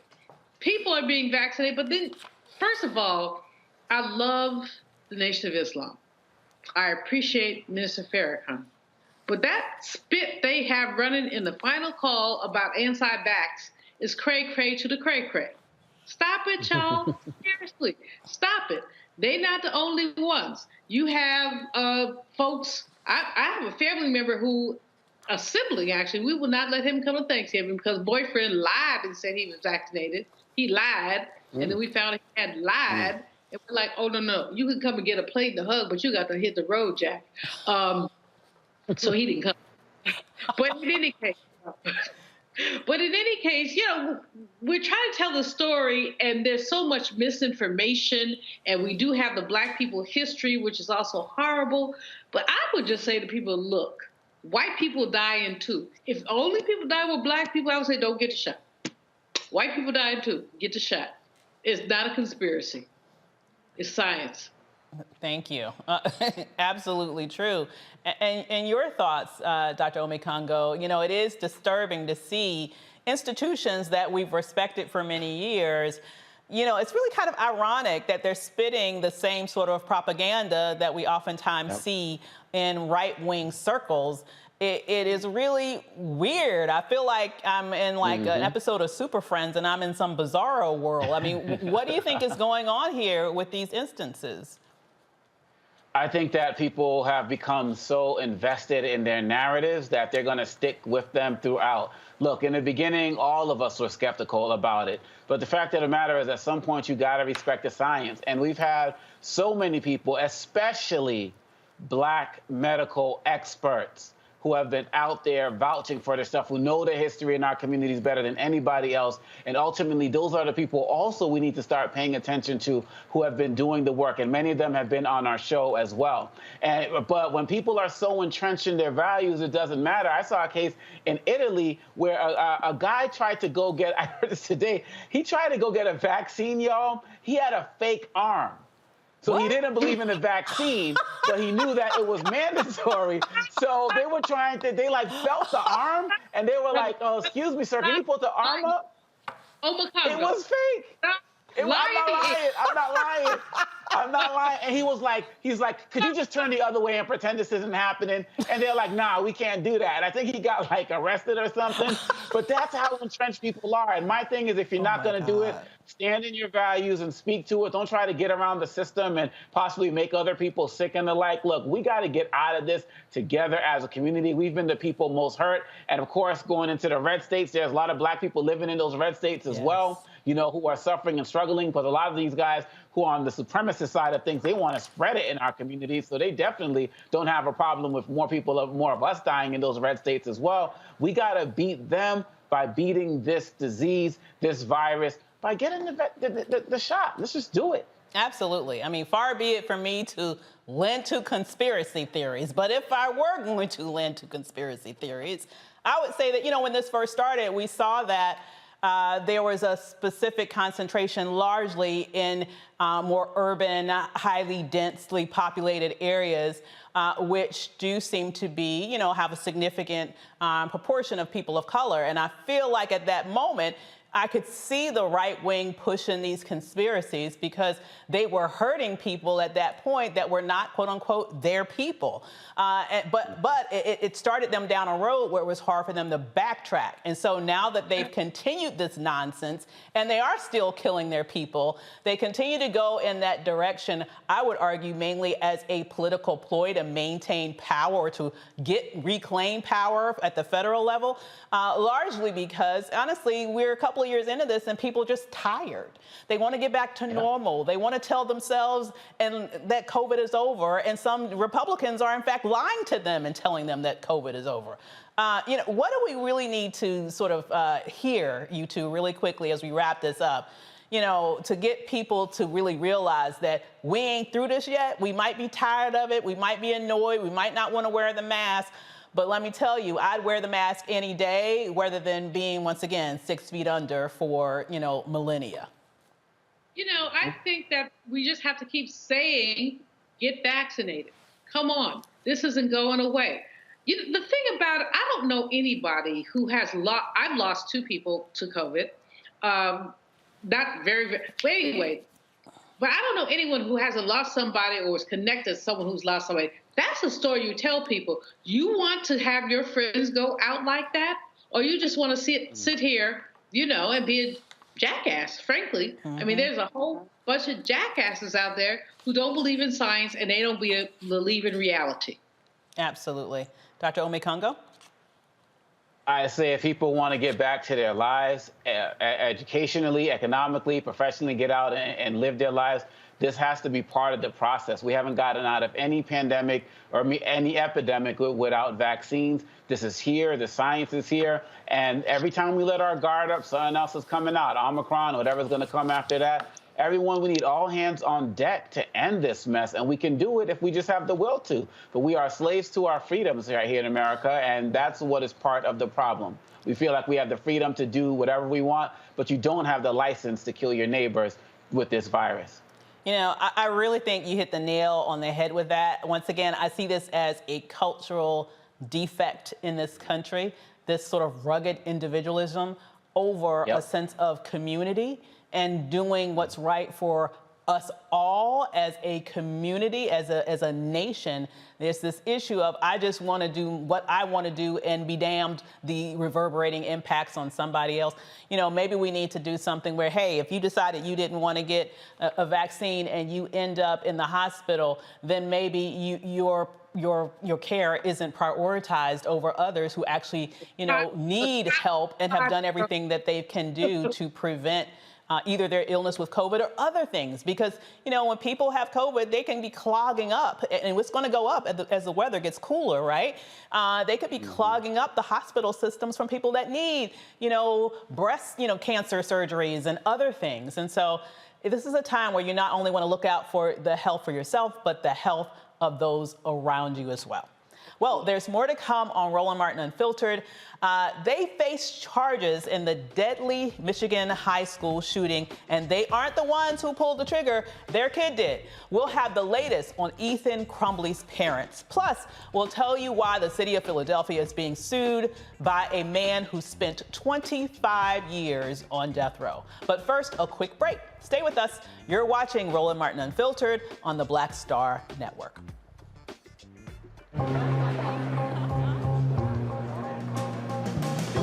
Are the stars out tonight?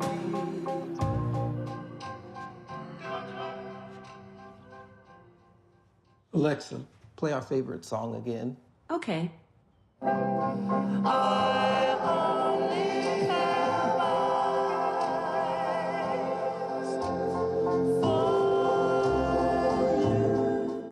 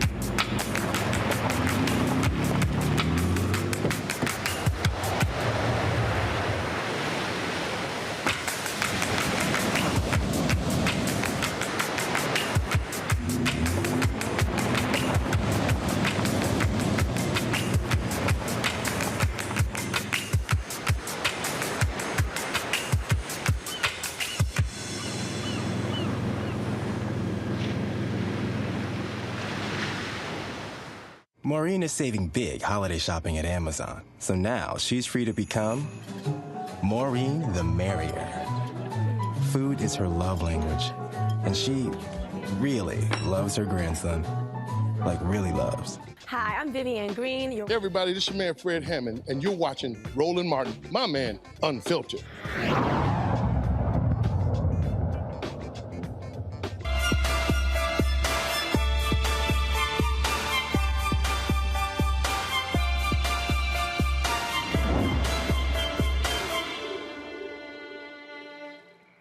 We are doing our best to find the best healthy way of eating. Whether it be low carb, high protein, low fat, or no fat, there's something for everyone. Have you ever tried Eat for Your Blood Type? Joining me is nutritionist Dr. Joy Scott from Atlanta to explain what it means to eat for your blood type. Hey there, Doc, how are you doing? Wonderful, how are you? I am doing great.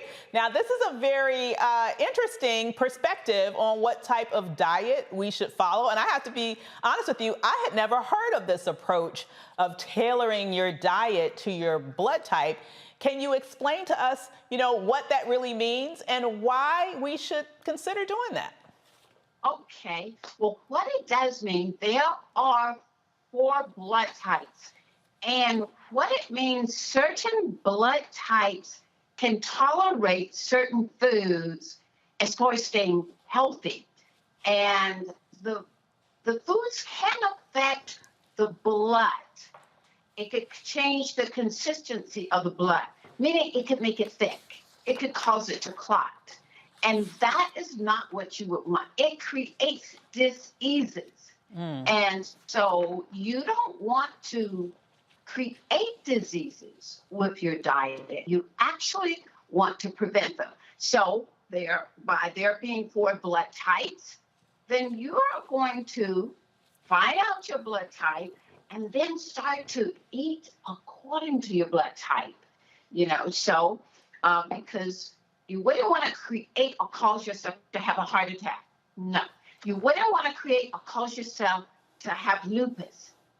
And because these foods are creating these lectins that causes all this inflammation to happen in your blood, in your arteries, stack up plaque along your artery walls, cause the lining, the endothelium lining in your arteries to inflate, causing a smaller opening in your arteries and in the little capillaries in your eyes even. So we want to make sure that we're eating the right foods for our blood type so we wouldn't create diseases of the body. There's over 1,500 diseases, and research has proven then that your diet do affect it. And so we want to make sure we're eating the right foods for your blood type.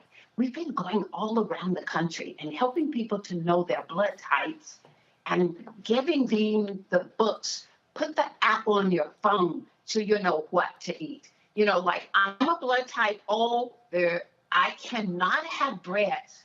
I'm now choosing to eat flax bread. This is not flax millet bread. I can't eat the wheat bread. A blood type.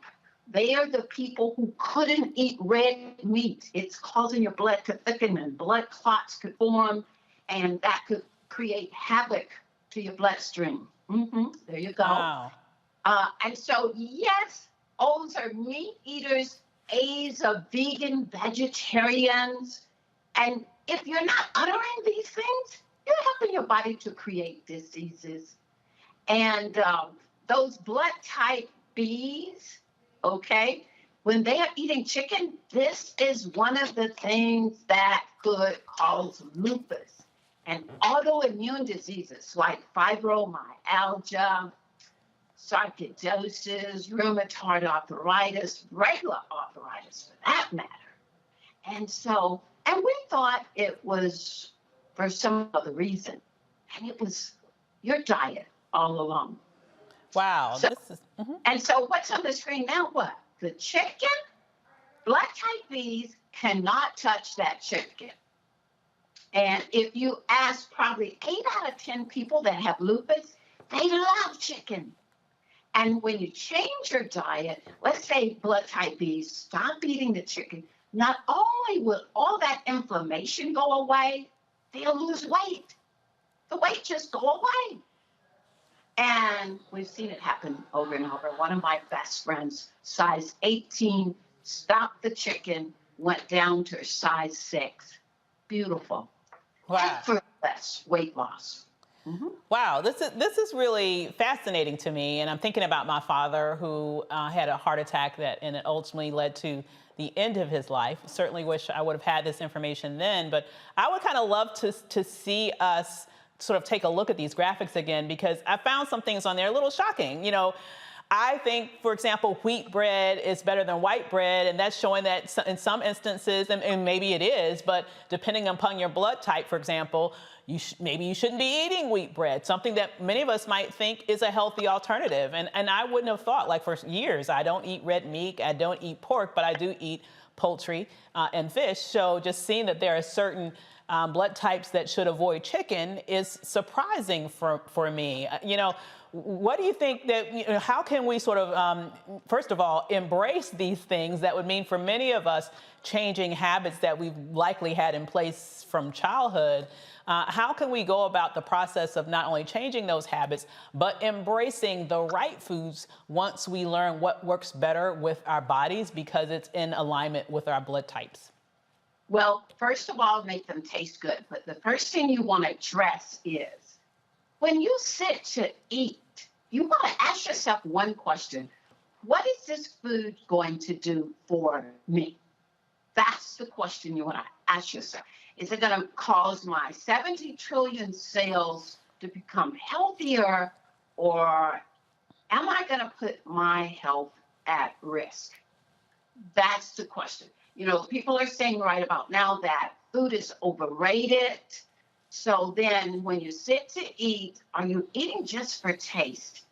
And so, you know, I like to think that when you sit to eat, it's getting ready to give you that energy you need, that mental ability that you need for your day. And it's going to cause a cleansing and you know, and go in and start repairing and rejuvenating your body every day. And so that's why we're eating, to feed those 70 trillion cells. So, but if we got a bagel with white wheat, all the nutrients removed, and start smearing on dairy products, of course you're going to have mucus in your respiratory system, almost like inviting a virus, like the COVID. So you wouldn't want to do that. So just asking yourself a common little question, what is this food going to do for me? And better, bigger than that, for my blood type. Now look, can I throw this in and have you look at it? Look at personalities that are wrapped around blood type. Blood type O's, those are the people that know everything, want to control everything. They are the boss, want to run everything. That must be they me. have a robust immune system, okay? Now, A blood type people, those are the nicest people. I tell all my friends, go find your A blood type husband. And so, you know, the niceness, the caring, the I'm a bear, that's the blood type A. They are the vegans, vegetarians. And so they say the O's are meat eaters. However, you didn't have to. I'm plant-based, vegan, and I'm an O. But yes, I love control. Yes, definitely. Okay. Well, I would love to be able to bring the panel here to be able to ask questions that they might have around this conflation of blood type and diet. I'll start with you, Dr. Malveaux. Any questions? I'm sitting over here cracking up, but that's not the point. I'm type O, so I saw some insight in terms of the way that I ordinarily eat. But, you know, this blood type thing is something that I hadn't heard of before in terms of blood type eating. I think a lot of other people haven't heard of it before. What makes it so different, and why should Susie Q around the block pay attention to these ideas you have? Okay, so one thing research has been done to see how long humans could live. And we're not making that happen. Humans, 10 years of research, renowned researcher David Sinclair found out that humans could live 125 years up to 150 years. This was research done at Harvard University. Why are we not living those years? Why are we having heart attacks? Why is cardiovascular system the #1 pillar? The reason is when certain blood types eat their avoid, which is their poisonous food, it almost instantly thickens your blood. Like, so if the A blood type eat a steak, that blood get thick immediately. And it could create a stroke, a heart attack, just on the spot almost. So I tell people you could go down to the funeral home, just cut these bellies open. The blood type A has that heart attack, stroke.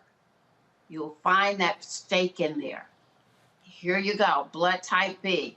You'll find that chicken in that belly. The blood type O, you're gonna find some potatoes, white potatoes, or bread sitting in that belly. So you may not wanna believe it, but it thickens. We say those are foods that you should avoid if you're different blood types. You may not want to believe it, but the research has been done, followed through the years. It's not just new research, and it is not treating a disease. So if you go to a blood type A, almost every time they may not have arrived at this point, but they've got digestive issue. They got inflammation in that whole digestive tract, especially if they're eating their avoid foods. They do better on a vegan, vegetarian diet. And so, do you know your father's blood type? What blood type was he? I don't know. And that's what we are finding out. There is almost no system in place right now that teaches self-health care so that we could know some things. And that is the one thing that is quite important. You know, like if a child is suffering from hyperactivity, attention deficit disorder, you're going to find high sugar and high fats in that diet. And it is going to help thicken that blood, create a lot of stress. The food does affect your health. Absolutely. And Dr. Omegungo, questions? Yes. First of all, thank you, Dr. Scott, for the work that you're doing. This is something that my wife has been talking to me about for years, and I've been working to get better on it. I found that a lot of kids I'm around nowadays have a lot of allergies to different things, particularly relating to fruits, that a lot of us didn't have problems with as a kid. Since you have fruit on every aspect of all the blood types that people should consume, are you concerned with the future of fruit and how that's produced? Because it seems like it's an issue for a lot of kids nowadays. Yeah. So, in terms of allergies. Well, here is one fruit, citrus. When you mix citrus with one of the most other popular food called breads, starches, pasta, crackers, you put those two together and you're going to have respiratory issues, allergies. You're going to have mucus building up. They're going to be always, with all this asthma and mucus.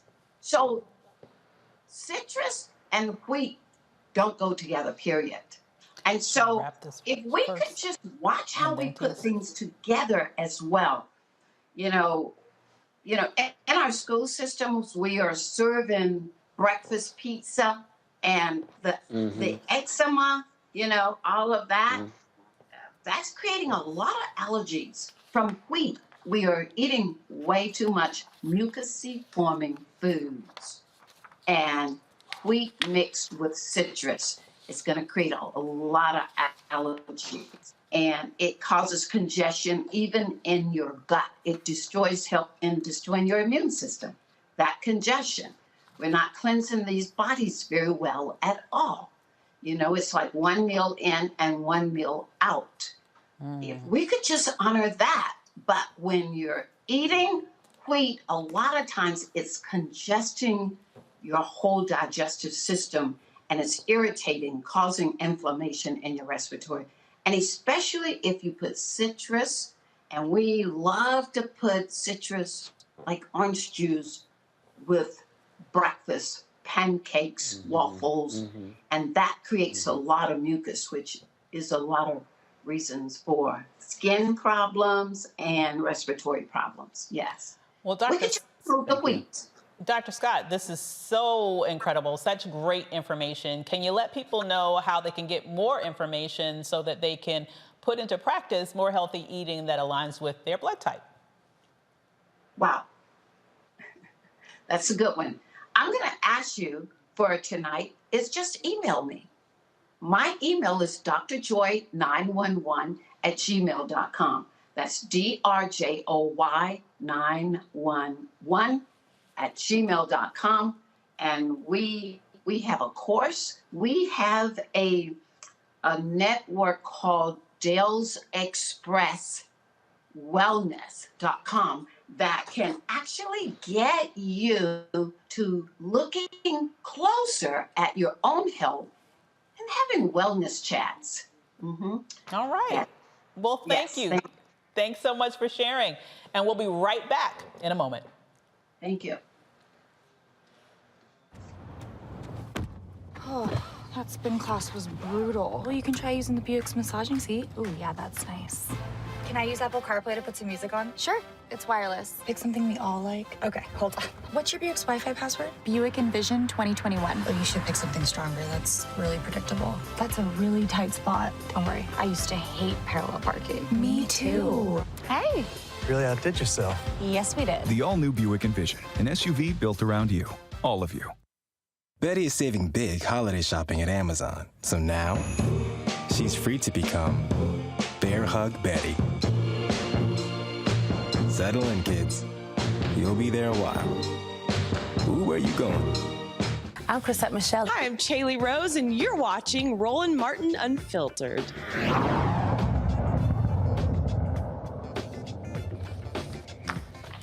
James and Jennifer, the parents of 15-year-old Ethan Crumbley, who killed 4 classmates and injured 7 during a gun rampage last Tuesday, are in jail on a $500,000 bond. The duo is charged with 4 counts each of involuntary manslaughter. The Crumbleys did not turn themselves in on Friday, as we all know, for their arraignment. The couple were found hiding in a commercial building in Detroit. All 3 Crumbleys are isolated separately in an Oakland County jail with no communication. Ethan is charged as an adult. He's facing several charges of terrorism, murder, assault, and possession of a firearm in the commission of a felony. A Black man in Tennessee is getting a new trial after jurors deliberated in a room with a Confederate symbol. Oh, that's interesting. Photo of a Confederacy president makes it even more interesting. And the room paid homage to the Daughters of Confederacy. Well, why not have the perfect trifecta, I guess? Okay, so Tim Gilbert was sentenced to 6 years in prison for aggravated assault and other charges in June of 2020. His defense attorney appealed the sentencing, citing that the all-white jury and racist Confederate symbols that may have influenced jurors in the deliberation room. Tennessee Court of Appeals agreed with Gilbert's attorney, and his case will be retried. This ruling may set a new precedent for Confederate symbols inside and outside in the South. Sure took them long enough. Okay, so an innocent man who spent 25 years on death row is suing the city of Philadelphia. Christopher Williams was charged with 6 murders in the late 1980s. He was acquitted of 2 and convicted for 4 of those murders. He consistently maintained his innocence.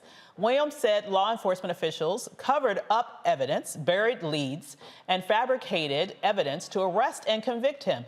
In February, Williams was released after Philadelphia's district attorney's conviction integrity unit found prosecutorial misconduct, including hidden evidence and secret deals throughout Williams's case. Oh my goodness. I don't even know where to go with all of this. I mean, we're going for the perfect trifecta in love of the Confederacy, which ultimately may have influenced the jury decision, to hear a real life sort of case where a man spends years and years in jail when he shouldn't have, all the way back then to this kid who ends up murdering several classmates, injuring others, and his parents who go on the run, finally getting caught, all in this sort of wave of gun violence. I mean, where do we start with all of this? Reactions, Dr. Malveaux. That's the one you should have started with Omicron. But anyway. Okay, I think totally fell on the floor at the time, I think. Anyway, no, the thing that I want to fixate on more is this innocent man who spent so many years in jail. We're hearing this again and again and again. And the issue has always been that if you see a Black man anywhere in a 25-mile radius of a crime, he did it. So I want to focus on that more than anything. Some of the other stuff, Avis, is funny. But let us think about the Innocence Project. Mm-hmm. I want them to partner with the NAACP. I want us to be more diligent about these folks who are on death row or in jail for 20-some years for stuff they didn't do. This is how you break down a Black community. Mm-hmm. Absolutely. Dr. Omekongo, thoughts? These three cases really highlight how the system works against us and in favor of white people in many situations. If you think about the situation with the Michigan family and the kid who killed those 4 students tragically and injured others, imagine what would have happened if that was a Black child demonstrating those disciplinary issues in school.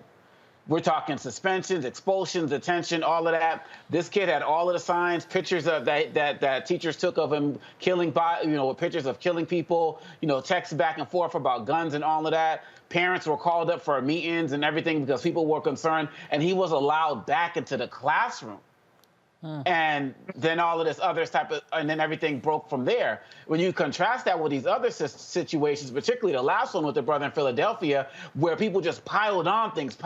Let's just figure out more ways to make sure that this man is the guy who goes behind bars. It has me thinking of the Central Park 5. And we know that particularly during that time, the 80s, 90s, and of course, even now, these cases happen far too often. And the ones that we hear about are the exceptions because there are so many that have been the rule. And so these 3 cases really just show me how the system is continually stacked up against us. And in many situations, white people are able to get away with murder. Well said. Absolutely true. And at some point, we got to make that change. Well, thank you so much, Dr. Omekongo. Thank you so much, Dr. Malveaux. And thank you for joining us.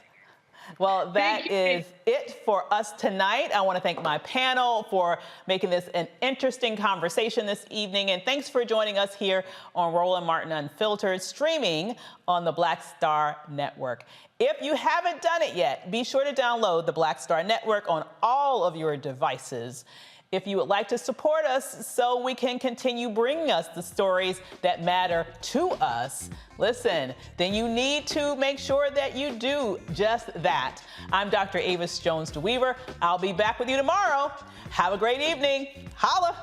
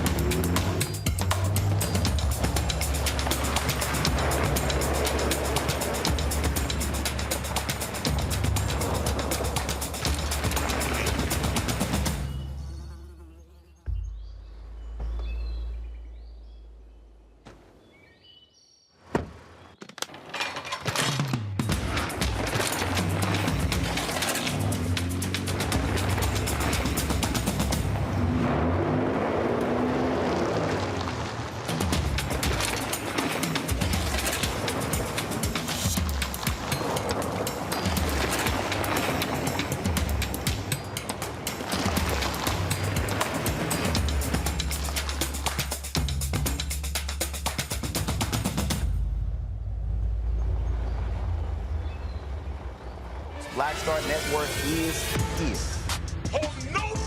I'm real revolutionary right now. Support this man, Black Media. He makes sure that our stories are told.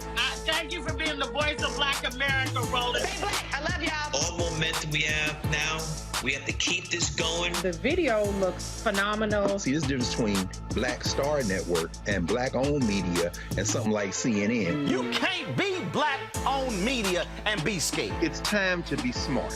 Bring your eyeballs home. You dig?